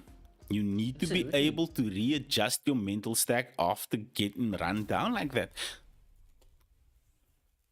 Absolutely, but Murambi just making all the right guesses on offense and mixing up his offense really well, not showing Lyle the options he's looking for.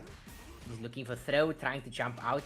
Murambi acknowledging and realizing Lyle's defensive tactics of escape, trying to get away, trying to run away, and just using everything he knows to keep that from happening. Okay, we go for the side switch here and into the burnout with the DI on reaction. Murambi is playing out of his mind right now. The reads are right. The punishes are perfect. Murambi 1 round away of locking in the grand finals for Crazy 8 Season 3 finals here. Lyle Mack looking shaky. OD goes mid-screen, trying to create a little bit of breathing room. Teleport calls it correctly. Murambi looking for the parry, gets thrown this time. This is looking like a Lyle round. The momentum shift that Lyle might need to get his mental stack realigned. Okay, the OD portal set up. Murambi gets clipped. Murambi aggressive on offense, spending the last bit of his drive bar just to send a message that he will not be conditioned. Lyle could potentially put his first game on the board now, but Murambi is still 1 round away from securing that grand finals place. Both players 3 stacks on deck. Murambi needs to be careful. He could potentially take a lot of damage if he does not pick his spots with precision. We throw into the corner. Okay, do it again. Getting the throw loop started here. Had to know the amnesia was coming. The panic button. Maybe willing to take this trade here. Maybe willing to just accept it as it is. Escapes the portal, no punish. Murambi staying aggressive though. No regard for the drive bar. Just pushing relentlessly. Not allowing Lyle to get any kind of open start.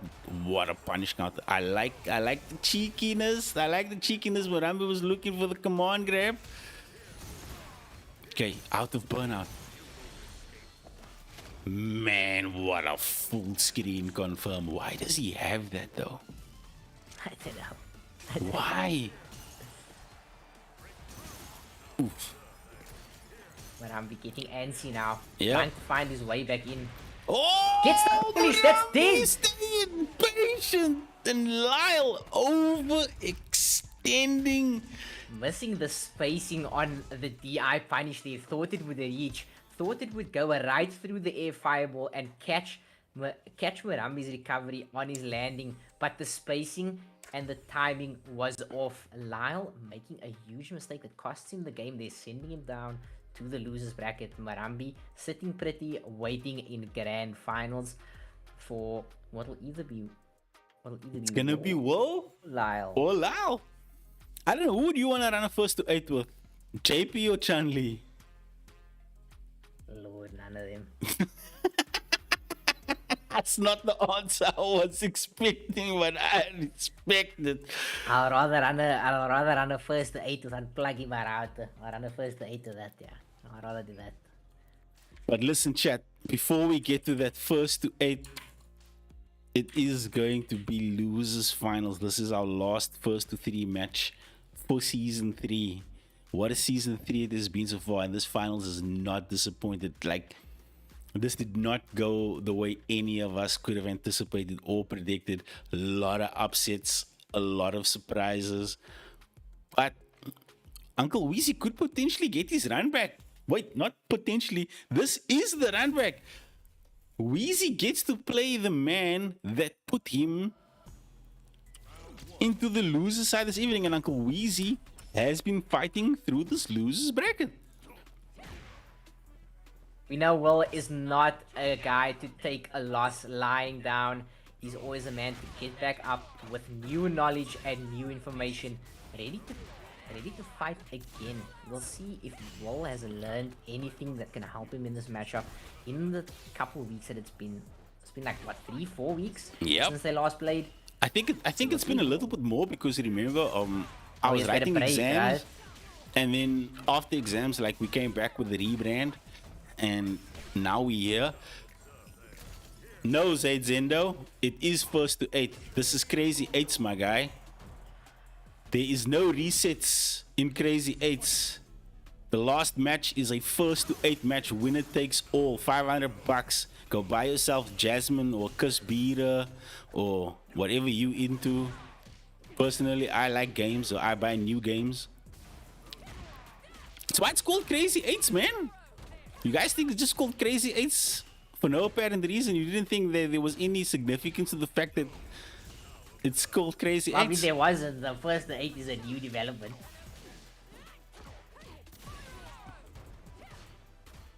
We took in Delft. To each his own, my guy. To each his own. Yeah. Let's just watch the match, man. Let's just watch the match. I no judges, bro. If that's what you into, my bro, that's what you into. I'm never gonna be like me, bro. Don't think. Okay. Stay in school. Don't do drugs, kids. Don't stay in school as long as some of us do. Maybe leave school when it's the right time. Forever, maybe don't do that. Don't be like Freeze. Pick a tertiary. Just pick a nice course. Don't pick a course where you must stay in school forever. Just pick a nice course, a lovely 3-4 years. You finish up, you go find yourself a job. Don't do it like me. Speaking of staying in school, though, it seems that Will has gotten quite an education in the time we've been gone, almost more than a month, to prepare for this matchup. Seems to have learned quite a bit. Not scared of the amnesia, really just pressing the advantage here. I mean, we saw 2 amnesias in the last game and both went baited and punished. This one goes through though. I feel like he still could have made good on that had he not abused or tried to abuse the plus frames in the corner, but Will definitely looking a lot more confident into this match, and a lot of the JP shenanigans, Lila's not getting the mileage off it that he was in the last match. Let's go for the reset off the spin knuckle. We take the throw. Okay. Lyle may be looking for a crouch medium punch to maybe snipe the dive kick out of the air, but no dive kick came. There we go. We just see the strength of Cammy's dive kick in general. Just having a dive kick, of regardless of how good or bad people say it is, or how good or bad it actually is, we see the strength of it. You can mix up those options. Oh, what a perfect parry, but no punish that time. Pops the level 2. Is he gonna make Will dance for the Mamushka? Yes, he does. Nits some damage. Man, what do I mean some damage? That's like 60%, dude. Ain't nah. Ooh, and the DI? It's a nice little reset into the DI here for the stun. What he optimized that really, really well. Like, he took the one opportunity that he got and he did not leave anything on the table. Uh-oh, miss input. This is gonna hurt. Well, thinking he's maybe gonna get the whiff punish there after the walk up, but no whiff punish is It's falling apart right now. Weezy needs to rein it back in. He needs to slow it down. Always DP here to stop the pressure. Stop the face. Here we go again. The level 2, the Mamushka. Nice jump out by Weezy. But again, miss input here.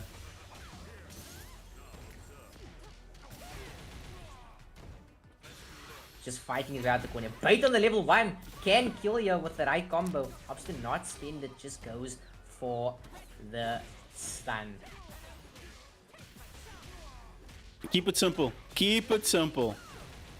No need to do nothing extra. Uncle Weezy puts another one on the board. It's gonna be 2-0.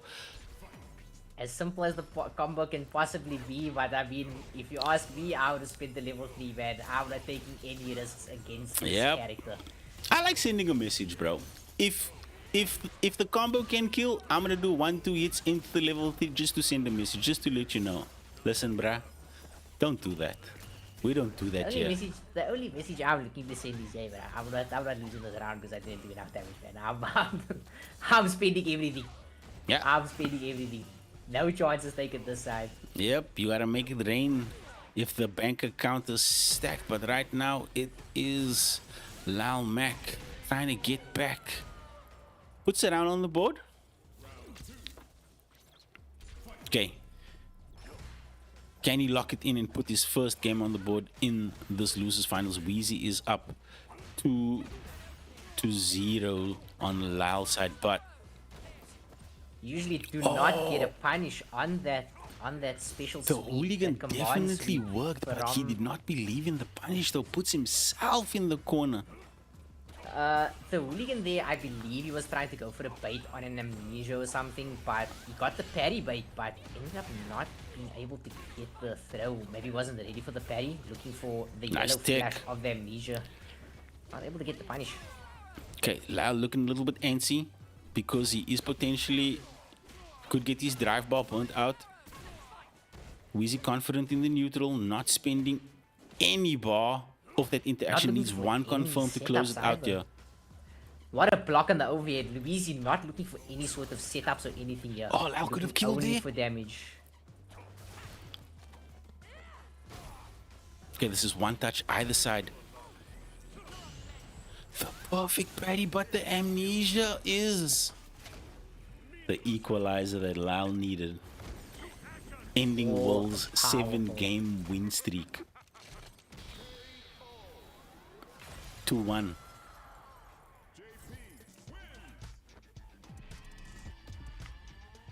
Well, taking a loss here, but shouldn't have took this hard and still fought very well in that last game. Not only did he fight very well, but got very close to winning.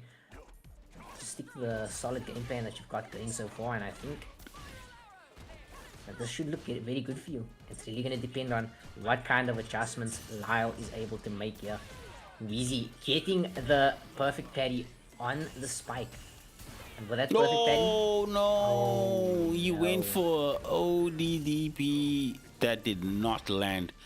But landing with the right confirm at the right time is Lyle into this corner, looking to burn Weezy out. OD Ghost does have the level 1. Should be dead. Optimal.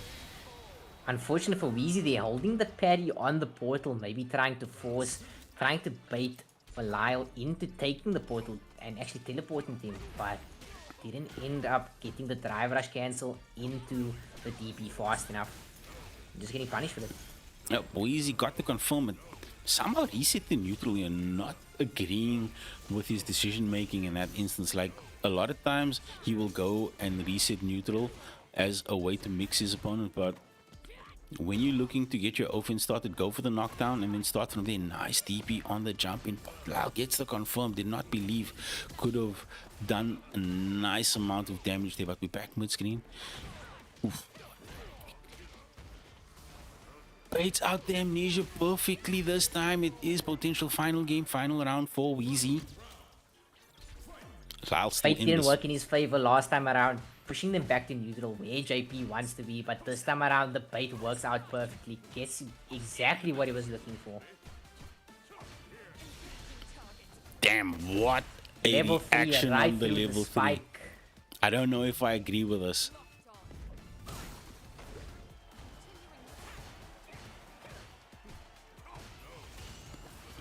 Maybe he's looking to burn him out, but he does have level 3 available, so I don't know about that. I think Weezy maybe just looking to take a health advantage here.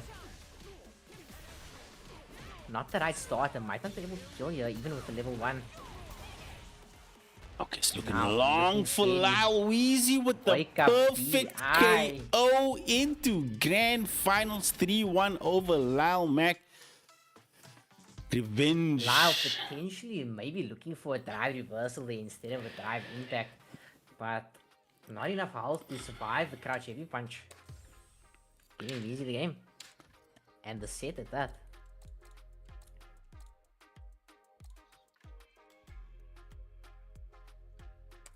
Okay.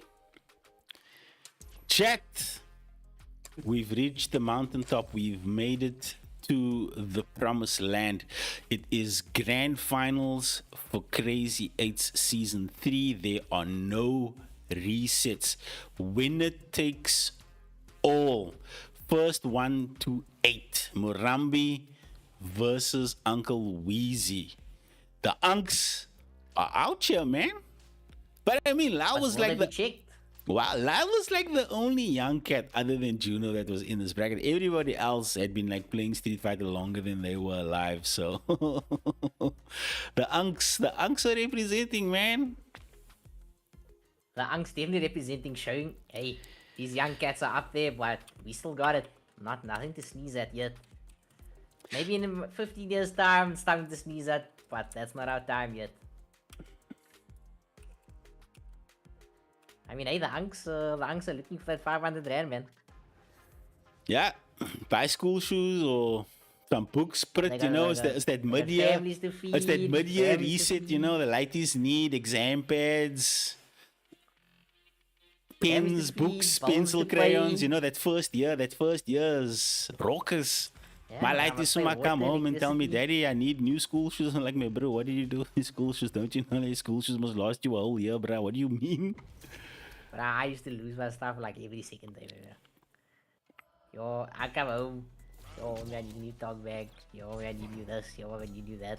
I just leave my stuff constantly.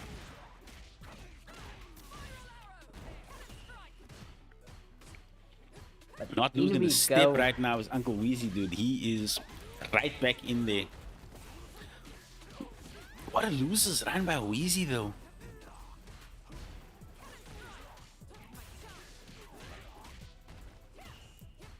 Gets the side switch here. Man, this is a long set, bruh. This is a long ass set. We can be here for 8 games straight, or we can be here for 15 games, bruh. We don't know which way this one is gonna go. Absolutely, we have no clue which way this one's gonna go. Not only that, we're gonna have to see what kind of adaptations these players will make over the course of at least 8 games. In a long set, one of the things that favors any player is adaptation. The ability to look at what your opponent is doing, understand why it is working for them firstly, and then making the adjustments so that you can incrementally disrupt their game plan. One interaction at a time and slowly wear down. Oh no, that went the wrong way. And slowly wear down their resolve, because once you do the mental damage, the rest of the set is easy. Speaking of mental damage, we're looking at serious health damage here. At least 60% off of Kami's health per year. Murambi opting to just spend the level 3 and try and win this round. Maybe build some meter back in the process. But Weezy mixing up his offense here, getting elusive. Goes to the command grab. Missed but unpunished. Now he's advantage. Murambi gets a little bit of mash here. Oh, unfortunate for Weezy there.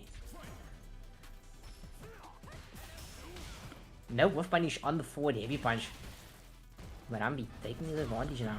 Goes for the command grab. Nobody seems to have been ready for this evening.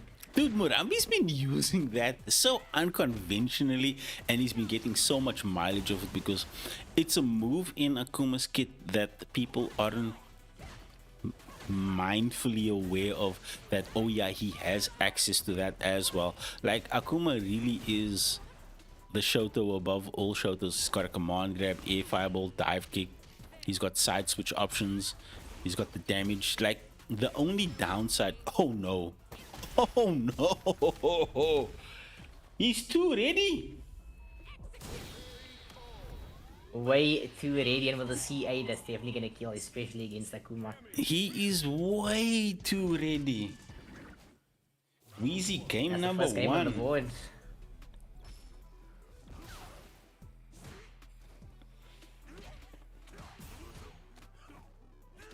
Murambi low forward drive rush, getting the offense started here into the fireball drive rush.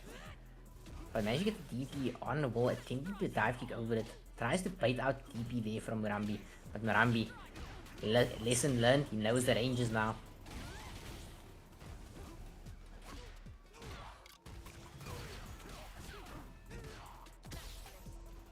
Murambi could have killed there. Perfect parry. How was Will so ready, bruh? But What? Level OD, 3. the ODDP is the equalizer, man. The ODDP was like, nah, bruh, chill, sit down. Still my turn.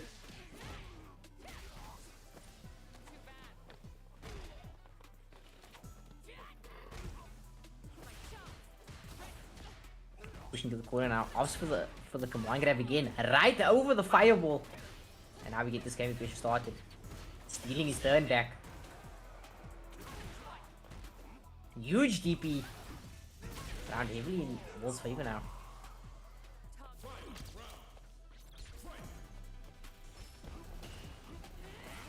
Will, a previous Akuma player, knows the matchup and knows it well. Yeah.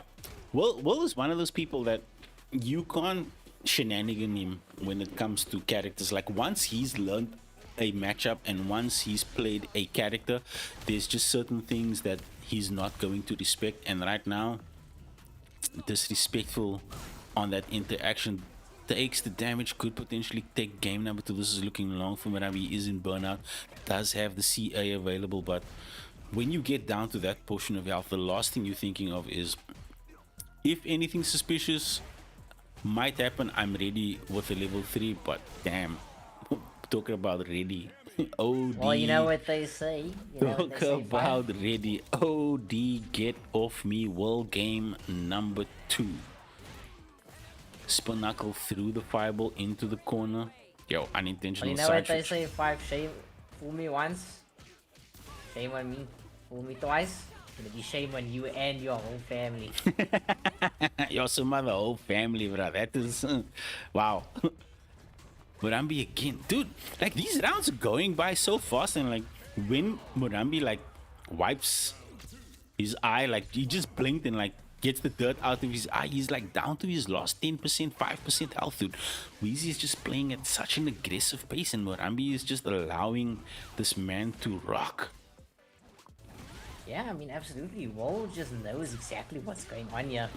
I mean, I don't even think that it's really because of the difficulty in the matchup per se. I think it's really just because Wall knows exactly how Murambi wants to play, and every gimmick that Murambi has in the tank, Wall's got an answer for it. Oh, nice shimmy, baits out the throat, takes the round, but we back to the same scenario that we've been in for the last 2 games. It's round apiece, but Will has just been able to find the openings that lead to him closing out these games, man. He is up 2 games. A nice DP on the F kick that time, but I mean, needs to slow this down a little bit, man. I feel like he's playing at this frantic pace, and Will is just thriving in the chaos. Will is just absolutely, and Murambi just getting knowledge check constantly. It's clear Will knows everything about this character, but how much does Murambi really know about Cammy? Because Will is doing a lot of not unsafe, but it's not his turn after a lot of these special moves. But Murambi able to put a round back on the board here, put a game on the board here. But I mean, Will just doing a lot of moves that are not his turn after the block, like a lot of spin knuckles and stuff. But stealing his turn back right after, because I don't know, maybe Murambi doesn't know it's minus, but I'm not sure. Maybe he's just scared of some sort of option that Wall's gonna take. But Wall just absolutely pressing the offense as soon, just playing this patient, slow neutral, waiting for Murambi to make some sort of mistake, like this one right here. And as soon as he makes that mistake, Wall pushes the gas. He's taking clear advantage of the fact that he knows any confirm he's going to do 45% damage minimum. So Will is playing this from the perspective of, I only need to interact with you maximum amount of 3 times, and then I've got the round. And he's super locked into this game plan right now.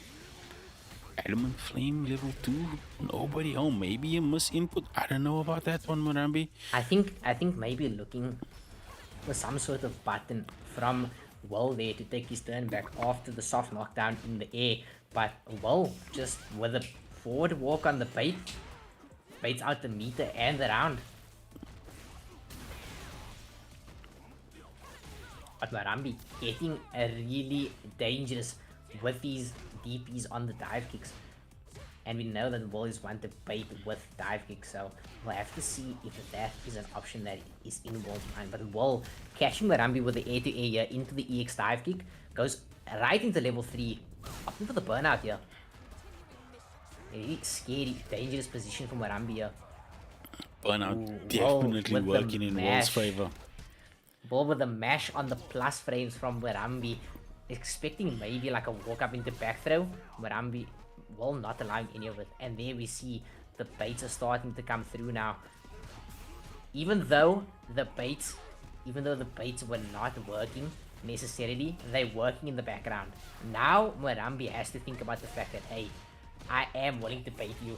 So am I baiting you or am I actually doing the dive kick? Murambi unwilling to DP now, even though heavy DP would have hit there. Now giving Will more free reign to deep.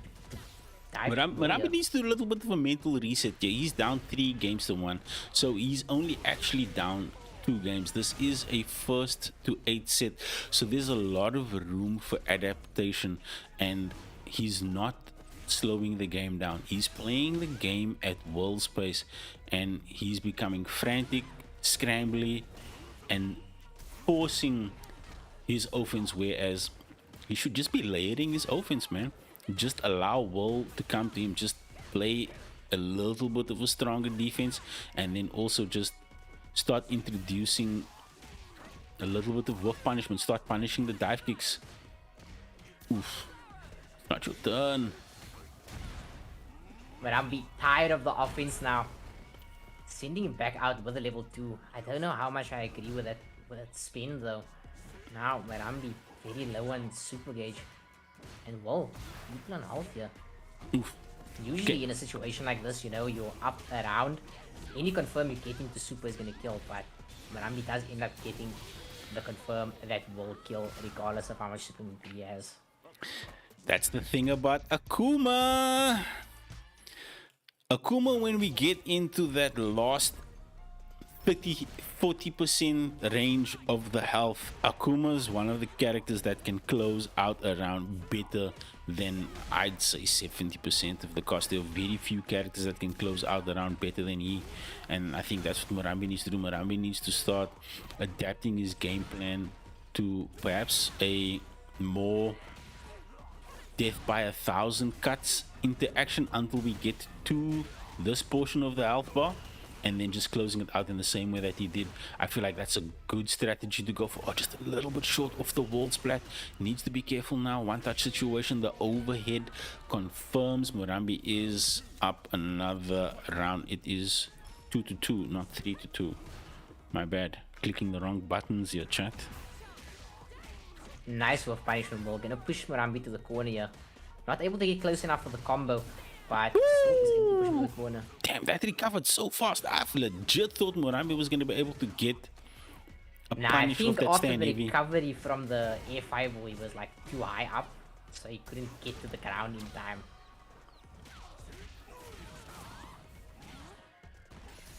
Murambi trying to build. Murambi just killing him with the DIs now. And we're on to 3-3. Oh, not yet. A pixel on the side of... Oh, but Wall tries to mash his way out, tries to fight his way out of the corner, expecting Murambi to take some sort of delay option, but just not the right button, and he ends up trading with him. Okay, it's 3-3.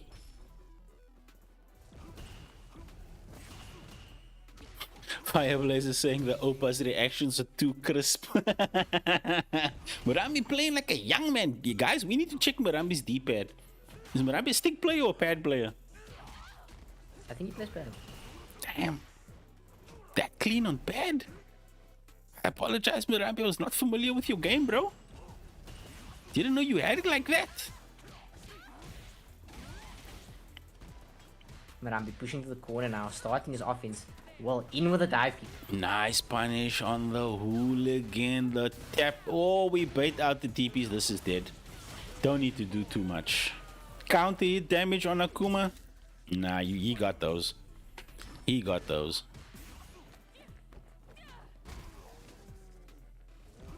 Murambi looking for the double overhead on the round start, but finds the drive rush. Heavy side switch did not work. Knockdown. Press to the corner by Will. The shimmy into the throw. Will he do it again? No, we drive rush. Oh, disgusting. Well, saying, hey, you can do it, I can do it too. Cross cut with the ODDP. Get out the air. The skies are not safe. Will Nanigans in full effect, man. That's Will Nanigans. Round start, OD, hooligan into throw. My goodness. Will peppering now with the pokes. DP, get out the air. I told you, the skies are not safe. pushing his advantage here. Rambi again with a DI, Will saying, not today, not today, I'm ready now. You got 2 games off of me like that? Not again. Back in with a drive, with a low forward drive rush, pushing his advantage now. Okay, well, looking to close this game out here. Does find the confirm that he needs. Pops to level 3. Should be enough damage against Akuma. Yeah, that's more than enough, dude. Akuma's not living. You're not beating those allegations. Rambi taking one back now, saying, hey, you got DIs, I got DIs too. But not another one is gonna hit me. Well, pressing now. Not allowing Rambi to go for any sort of delay options or any sort of baits. The layers of offense and defense are starting to get peeled back now. Well, slowing down the neutral now. Using more heavy kick, more stand medium kick. Dude, we've seen 7 games already. These guys are playing at a ridiculous pace right now. It's stupid the pace that these guys are playing at. Oof, that did not kill. One touch situation. Yeah. Morambi said, Don't know what you trying, bruh. But this is a no flex zone.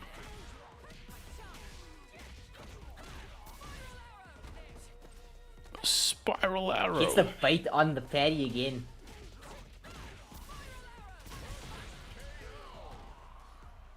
Oof. And just like that, Wheezy takes another round. Now, this is where it gets scary, right? Wheezy takes this game. He goes to 5. He needs to win 3. Morambi needs to pull 1 back. Because once you get to that 4 mark, that's kind of like the safe spot you want to be in a first to 8 set. You need to make it to the halfway.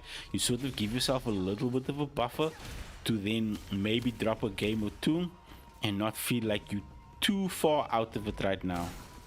But well, going full screen here after the throw tech, immediately starts buffing the level 3, takes his ult advantage here, just needs to make the right defensive decisions, but isn't able to counter the DI here. We saw so many counters on the DI in the last few games and in the first games, but didn't get it here. Morambi getting the burnout. The right call with the burnout. Oh, not the right punish after he did all that. Dude, that setup work was so beautiful to watch. And then just to watch him drop it at the corner like that and then lose the round to chip damage off the burnout.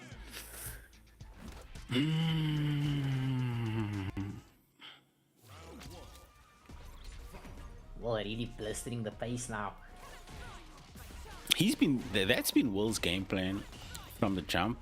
Is just play at a pace that is just uncomfortable for Morambi to keep up with, while Akuma is a character that can go walk speed for walk speed, does out damage Cammy, but she just does have better buttons. Of any interaction where he's going to be minus, she is going to have the advantage to be able to get in and do the amount of damage that she just did. And it's almost like it's a little bit of a damage bonus buff for the fact that her speed is just allowing her to make Morambi reconsider things that he normally wouldn't need to in other matches. But I mean, playing against Akuma is a damage bonus buff in and of itself, and Cammy, not a character with great damage, but this already a bad matchup for Akuma in general. Now an even worse matchup, because the character with low damage now can actually kill off of the confirmed she gets. Yeah, and that's what Will's been doing, dude. Will has really been doing a great job of taking advantage of any opening. What a punish! What a punish on the spin knuckle. The spin I'm not sure if that was knuckle-oonie. even a reaction. Just backed up, knew the fireball was coming, went right back in. How important is the fireball in Akuma's neutral game, though? I think it's very important. I mean, like, you can't not use it considering how good the fireball is. But I do think he has very good pokes. The forward medium kick. Oh no. The forward medium kick is very good.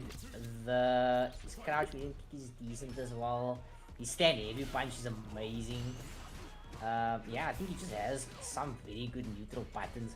But I think that you have to be careful, especially in this matchup. There gets the bait again. Previous times got the bait on the parry. This time getting the bait on the super. I think that in this matchup you have to be very careful about where you place your fireballs, because obviously at full screen Camby has more of an opportunity to spinackle it, whereas at a closer range she doesn't have as much of an opportunity because the fireballs are so fast. Oh, going the wrong way that time. Well, has had enough. No more. The robbery will no longer continue. Hits him with the chiropractor on the reaction. Uncle Weezy set point 7-3.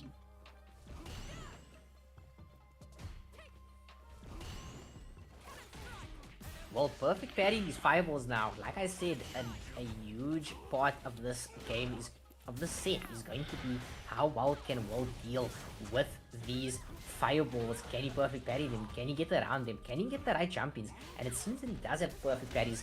Maybe slightly misjudging the spacing on the heavy kick punish post perfect parry on the fireball, but still, that is something that Murambi has to take into consideration. If I throw this fireball, Will does have it in his bag, the perfect parry. Murambi able to take a round there, dude. Like, it just felt like Will was snowballing for the last 2 matches and Murambi just wasn't able to get anything going, but that round could be the change of pace that he needs. But Will, relentless. What a jumping, but the punish was a smidge late, but doesn't matter. He is pressing the life advantage as well as the game advantage.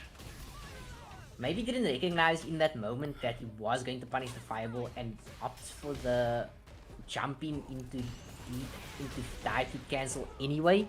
But there again, perfect parry on the fireball, ready with the ODDP on the drive rush pressure. Potential final round for Uncle Weezy and Murambi fighting for his tournament life. Perfect parry on the demon chop, hard knockdown, side switch. Oof. Dude, these DK dive kicks from Will have been so oppressive, man. Murambi opting for the level 3, knows that his drive gauge will start replenish, but Will's on pause. Going to have to make good use of this time while Will is in burnout though. Giving up the space. I don't think giving up the space is wise because that's what it opens up. Okay, one more interaction. Okay, he's out of burnout. But dude, that Cammy level 3 is so fast. Any micro opening, we know Will as that shit on speed dial. Oh. GG's.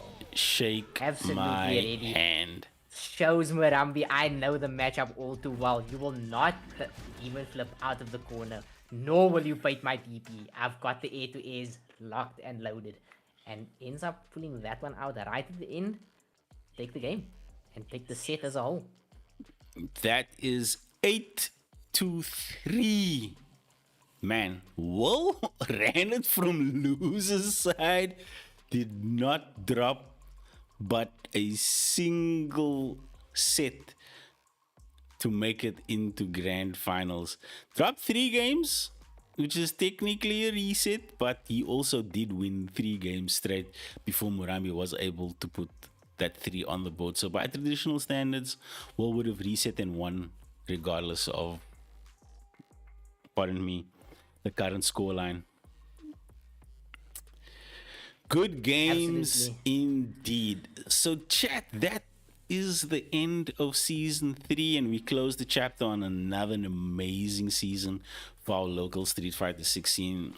I feel like these guys show up week in and week out, man. These guys are playing ridiculous Street Fighter right now, and I'm just gonna go home this evening, lick his wounds, think about it, and I know he'll be back. Like, if he doesn't play next week, he'll probably play like in the week or 2 after. But chat, we are not gonna hold you. I'm not gonna keep you up at the moment longer. It is 25 minutes past the hour of 9 o'clock. Thank you to everyone that's been rocking with us for the last 2 hours and 28 minutes. Freeze, closing statements, my bruh. Absolutely great showing from our competitors this evening.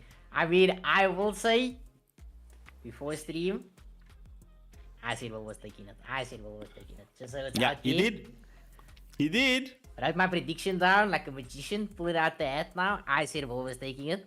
And I did say that I think what would determine whether or not Will can take it this evening is whether or not he has learned anything in the JP matchup. And I think that Will really showed, hey, I'd never go down without learning anything. Will came back ready for the matchup, knew everything that Lyle wanted to do, everything that he would do, and everything that the JP player anyway would want to do. And had a punish for it, had an answer for it, knew what to do, when to do it. So absolutely great showing from Will and all of the other competitors this evening. Even from Irfan, a great showing from Irfan, very strong, neutral, very strong acknowledgement of players' weaker knowledge, when they knew stuff, when they didn't, and realizing when somebody knows something, he just went stop going for the option, went for a different option, tried something else. So great showing from everybody this evening. Yep. I hope you guys were thoroughly entertained, because I am and was, and I had a great time calling these matches with you, Freeze.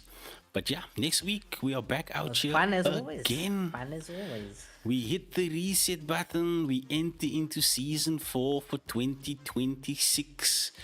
Are we gonna see new names and faces? Are we gonna see the consistently performing people show up and perform? As always, Juju is absent from the season, so Juju definitely, when the next season starts, I know he's gonna be itching for some competition. But tonight we celebrate Will and his exceptional matchup knowledge and his performance. Every matchup he played this evening, actually.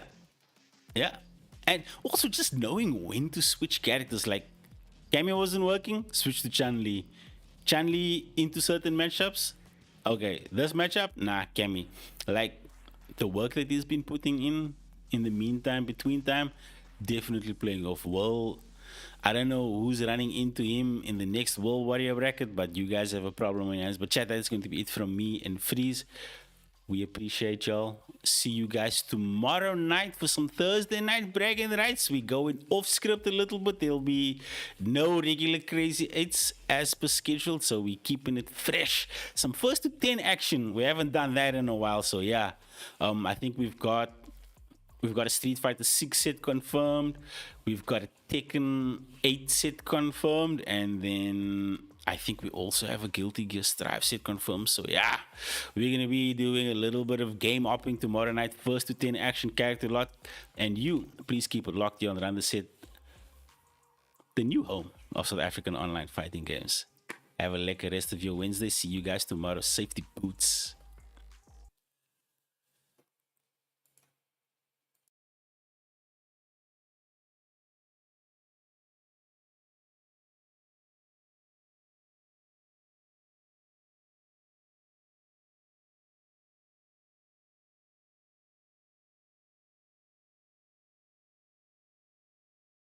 Down forward, right, jab, strong, combo.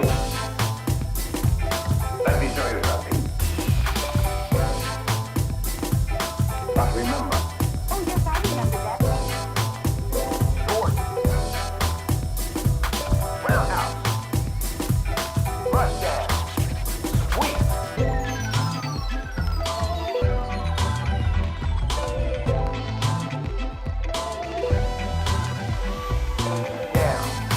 Down forward. Right. Crouch. Jump. Crouch. But remember. Oh yes, I remember that.